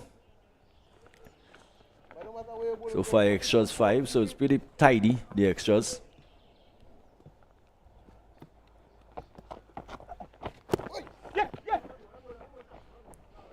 Again, Bayleaf Blasters, they would feel that they've done enough. They just seem to be trying to keep things relaxed as possible, keep the ball in the inside of the boundary, and make sure that the Saffron Strikers batters have to take some sort of risk. It's the run rate pushing up to 14.84. Will take some hitting. It's not mathematically impossible as yet. They can get there. One delivery to go, whatever happened, Charles will have come out of the over quite fine. Even if he goes for 6, it will be only 10 runs in the over. As indeed he may well do, he may well go for 6 there, he does, and it's another big hit again by Jimmy. Body, delivery pitched up outside the off stump and swinging it away. Over log on for 6. Well, Buddy races on to 20 from 8 deliveries and really striking well. This is more of what the Saffron Strikers need if they're really going to challenge that 109. He has a good partner in Joseph who can hit the ball around, and so they would feel confident that they can still do it. 10 and over would not do it. So 10 runs from the last over. They will need to go a little bit harder, a little bit faster. And we'll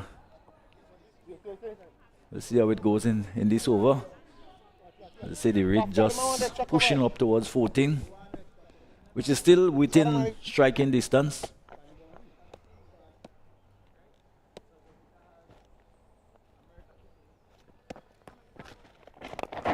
Again, Joseph looking to go wide long on. Does he find the gap? No.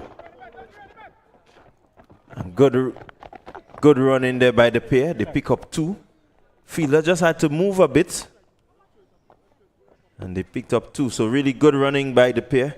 They are really looking to get themselves a partnership of 28. Means that they are building, and they're building at a quick time. The rate at which they're rebuilding is pretty good. Joseph again, wide long on, comes into play. And this time the fielder got to the ball a lot faster. So they could only get 1. But this is the sort of urgency. This is what you need from them. As you rightly said, reducing the dot ball percentage is important, especially in the shorter format. And so far they're doing pretty well. Yeah.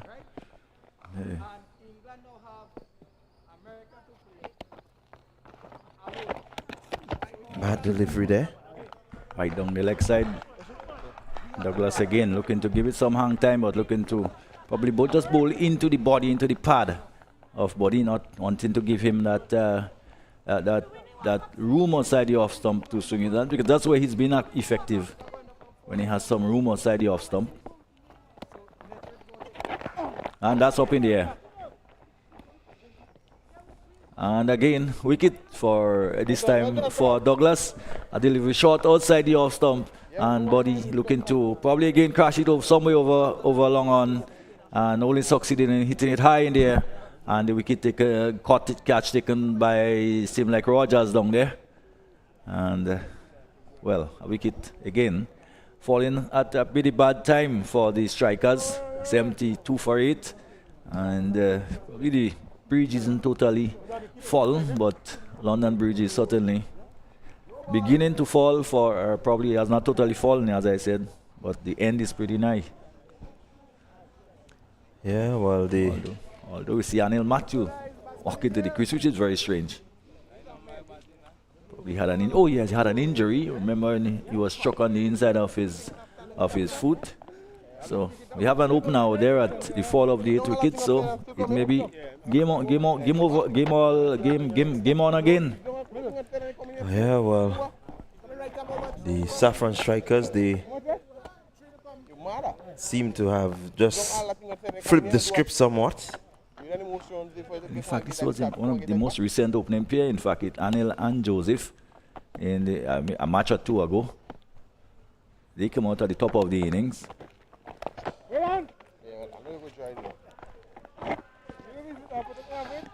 Matthew happy to play defensively back towards the bowler, which I think amused the crowd a bit. Again, just pushing the ball out into the offside. Means now that the rate has plummeted to 17. Almost look like he's been taken up to space with a rocket. Yeah, so again, pretty good running there by Matthew and Joseph. As you rightly said, they opened the inning, so I think they know each other pretty well, and they will, communicate and do what they know they can do. When the ball is in the slot, I expect them to go after it, and hopefully, with some 35 needed from 12 deliveries, they just may be able to cross the line. Well, it's left to be seen. And the thing is, as long as you have probably one, in this case, it has two accomplished batsmen at the crease, so they would understand what the task at hand really requires, and they both can hit a long ball, and this is really the business end of the innings. Again, Joseph just looking to sweep and picking up a really good boundary there, Joseph. He continues to be on the charge. He's not giving up. You can see that he's still looking, searching to see if he can pull out a victory here for the Saffron strikers. It will take some doing, but it is possible. But he has started well. Got 4 runs in the fourth ball, and there will be some more here. As it's down the leg side, it may well be a boundary here, and wide. So that will help also. He'll also have to bowl an extra ball. So just falling apart a bit for the Blasters. Has to be very, very careful at this point. And with that, the rate again has gone down to just above 14. It was heading up to 18 just 2 deliveries ago. Yeah, 26 needed. 11 deliveries. Joseph going again. Not really getting the result, but the intent was there. He's really trying to cramp the batsman for room. Again, looking to crash that one past the bowler. Bowler did well to get his hands in the way. So midway through the 8th over, and already again the rate has climbed to almost to 17.5. So anytime they do not score, maybe 2 or 4, rate will continue to mount. With 9 legal deliveries to go. So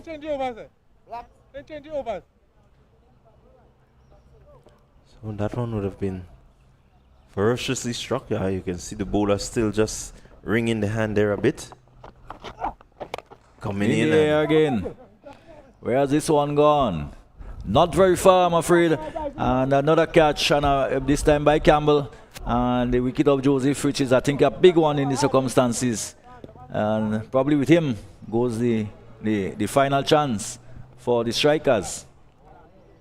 Yeah, Joseph just looking to go big. He knew what is needed, and there was no letting up. He was going for all money and has lost his wicket. So I think now we can say that that is the end of the opportunities for the Saffron strikers. They really seem to be struggling. They're not the team that we saw, or nowhere close to the team that we saw winning last season. They're really coming into the seller position this season. It says that they have fallen away quite drastically. And one of the reasons for that also could be the total performance of the man who has just walked in to the crease, the captain Cyrus, who was demoted. Is that a demotion? Demoted or promoted himself to number 11. I don't know which way you're going to put it.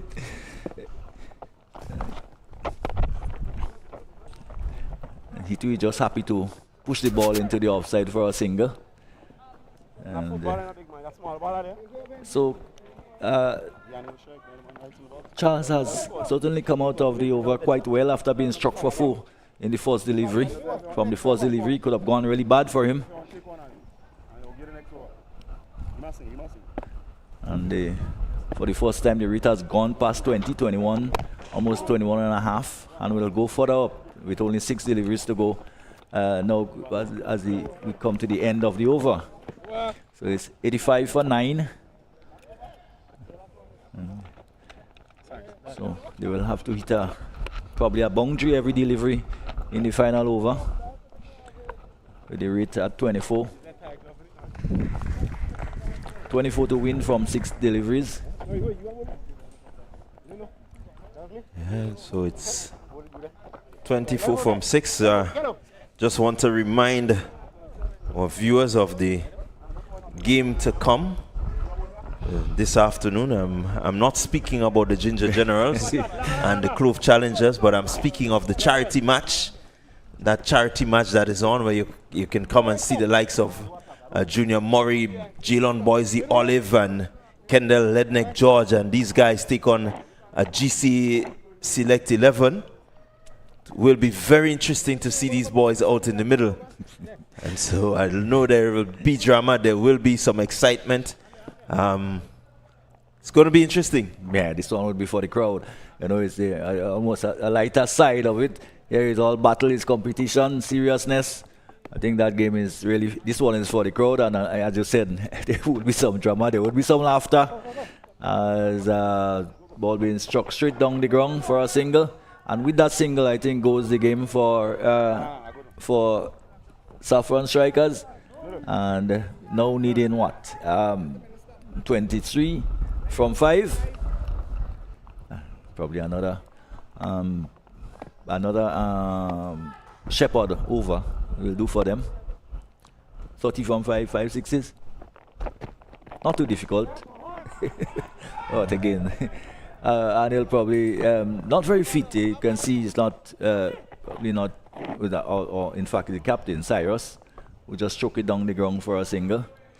Probably ensuring that they do not get bowled out. Maybe that's an important thing, that you, or at least you can say that, oh, but you didn't bowl me out. You won the game, but I wasn't bowled out. Imran Joseph. Oh, full and wide down the leg side will be called wide. He look a bit stiff to me. What do you think, Imran? It's a little bit, bosses a little bit more at times. Well, I think he's just trying to close off the over by not really giving away anything, and he has just given away. What he doesn't want to do is what he just did. So, just wants to be wicket to wicket. I think this is what he's aiming at. And you can see that from that delivery. Just aiming at the stump, homing in on the stump and trying to make sure that, you know, the batters don't get anything from his bowling. So they need just a small matter of 21 from 3. Again, another wide down the leg side. That would help. He's down to 20 from the same 3 deliveries.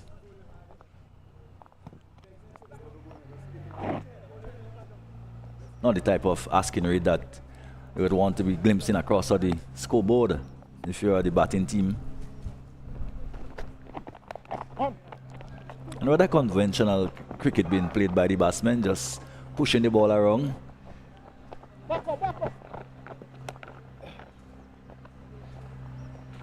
So the next landmark, they will just pass the landmark, the 90. So they probably would want to pass 100. The next landmark might be 100.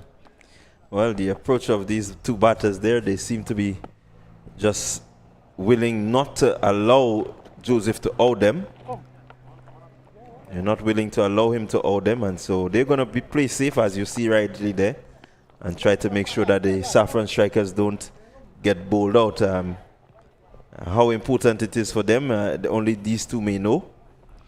But I think for the fans of the Saffron strikers, they are pretty disappointed in terms of the way that the Saffron strikers have gone through this season, and one can just hope that next season they can come back and, you know, come back strongly.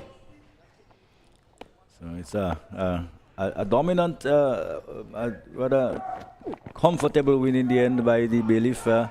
A ball just tapped away in the offside, probably will go to the boundary, but it really doesn't matter now, as they have managed to get to 97, not quite getting to the 100, and in the end, a good victory for the Blasters. In fact, at the end of the innings, one thought that probably was a few runs short, and probably the Saffron strikers may have been in a position to overhaul it. As it turned out, it didn't turn out that way.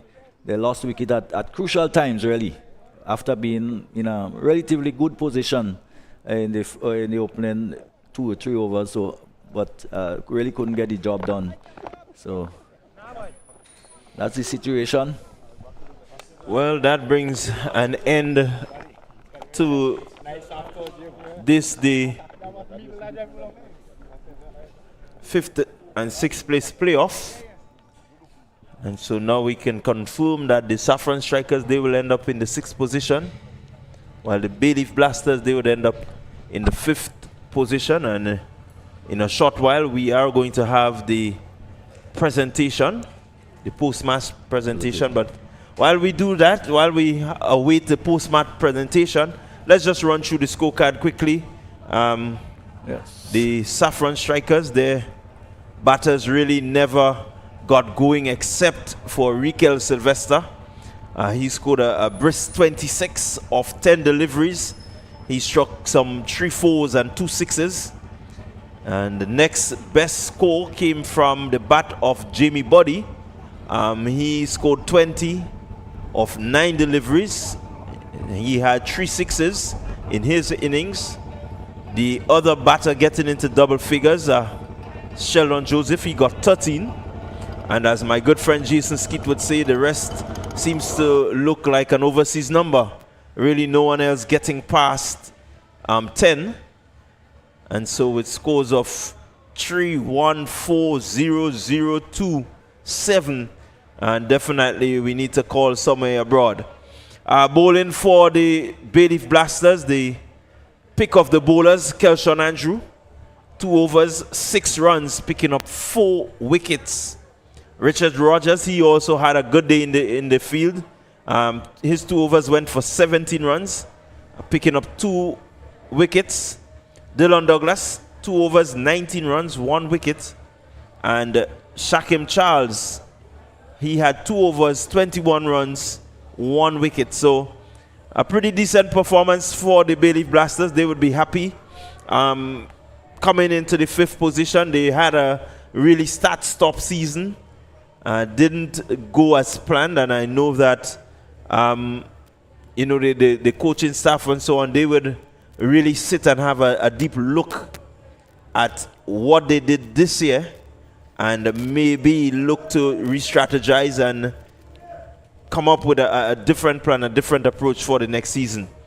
Of course, it's the Dream 11, and I don't know how the word dream we can associate it with with some of the teams, but they will need to awake from this slumber for the tournaments to come, and especially for the Saffron strikers, very disappointing. The defending champions coming into this tournament really haven't given much at all this year, but these things do happen sometimes in sport, and they really did not look the part.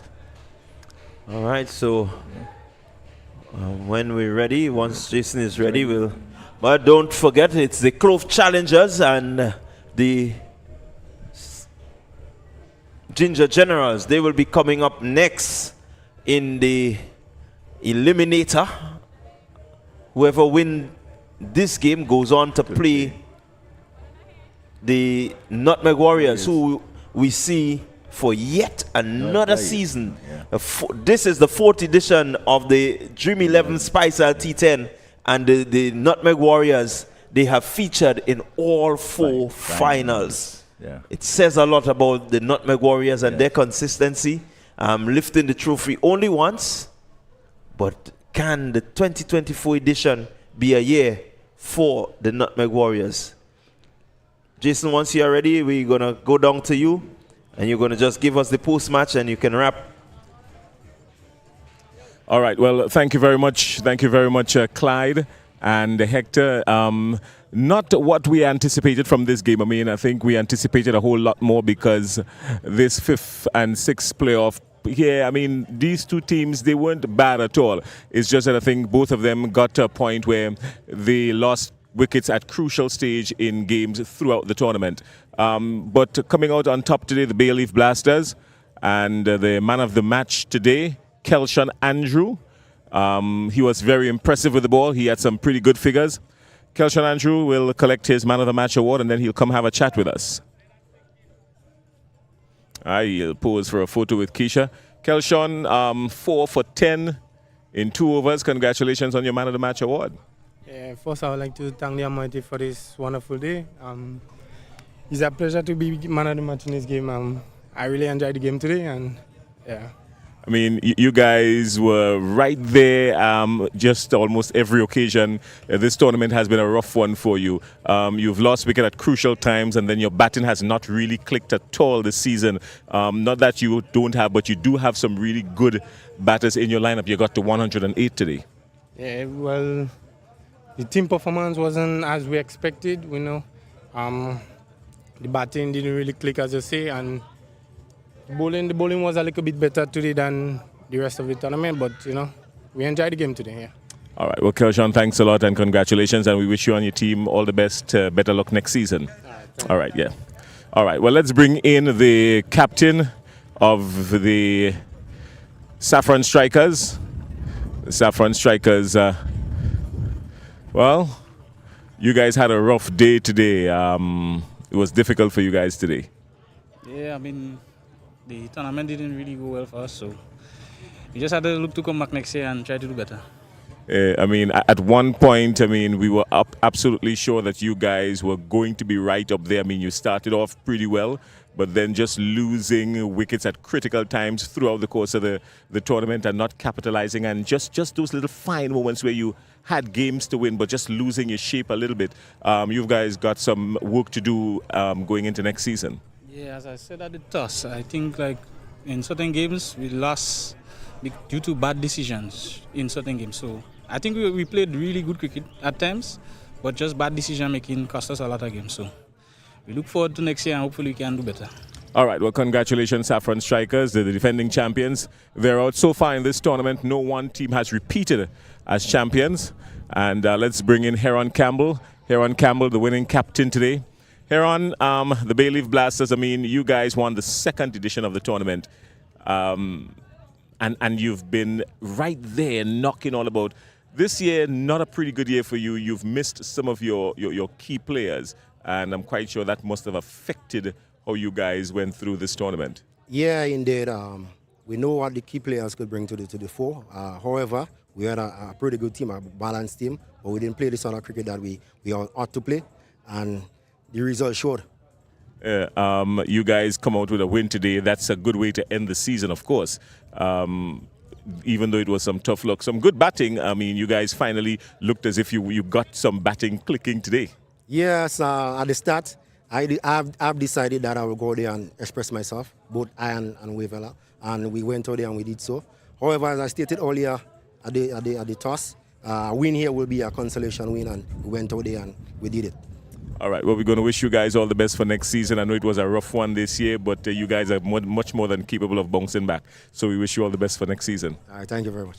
All right, well, that was the captain of the Bayleaf Blasters. They came out on top today. All right, here's what's going to happen now. We're going to get ready for the next playoff. The next game will feature two of the top teams, the Ginger Generals and the not the Nutmeg Warriors, the Ginger Generals, and the Clove Challengers looking for a spot in the finals against the Nutmeg Warriors. The Nutmeg Warriors have already qualified for the finals. That's coming up in just a little bit. A beautiful day for cricket. The outfield looks good. The groundsmen are working.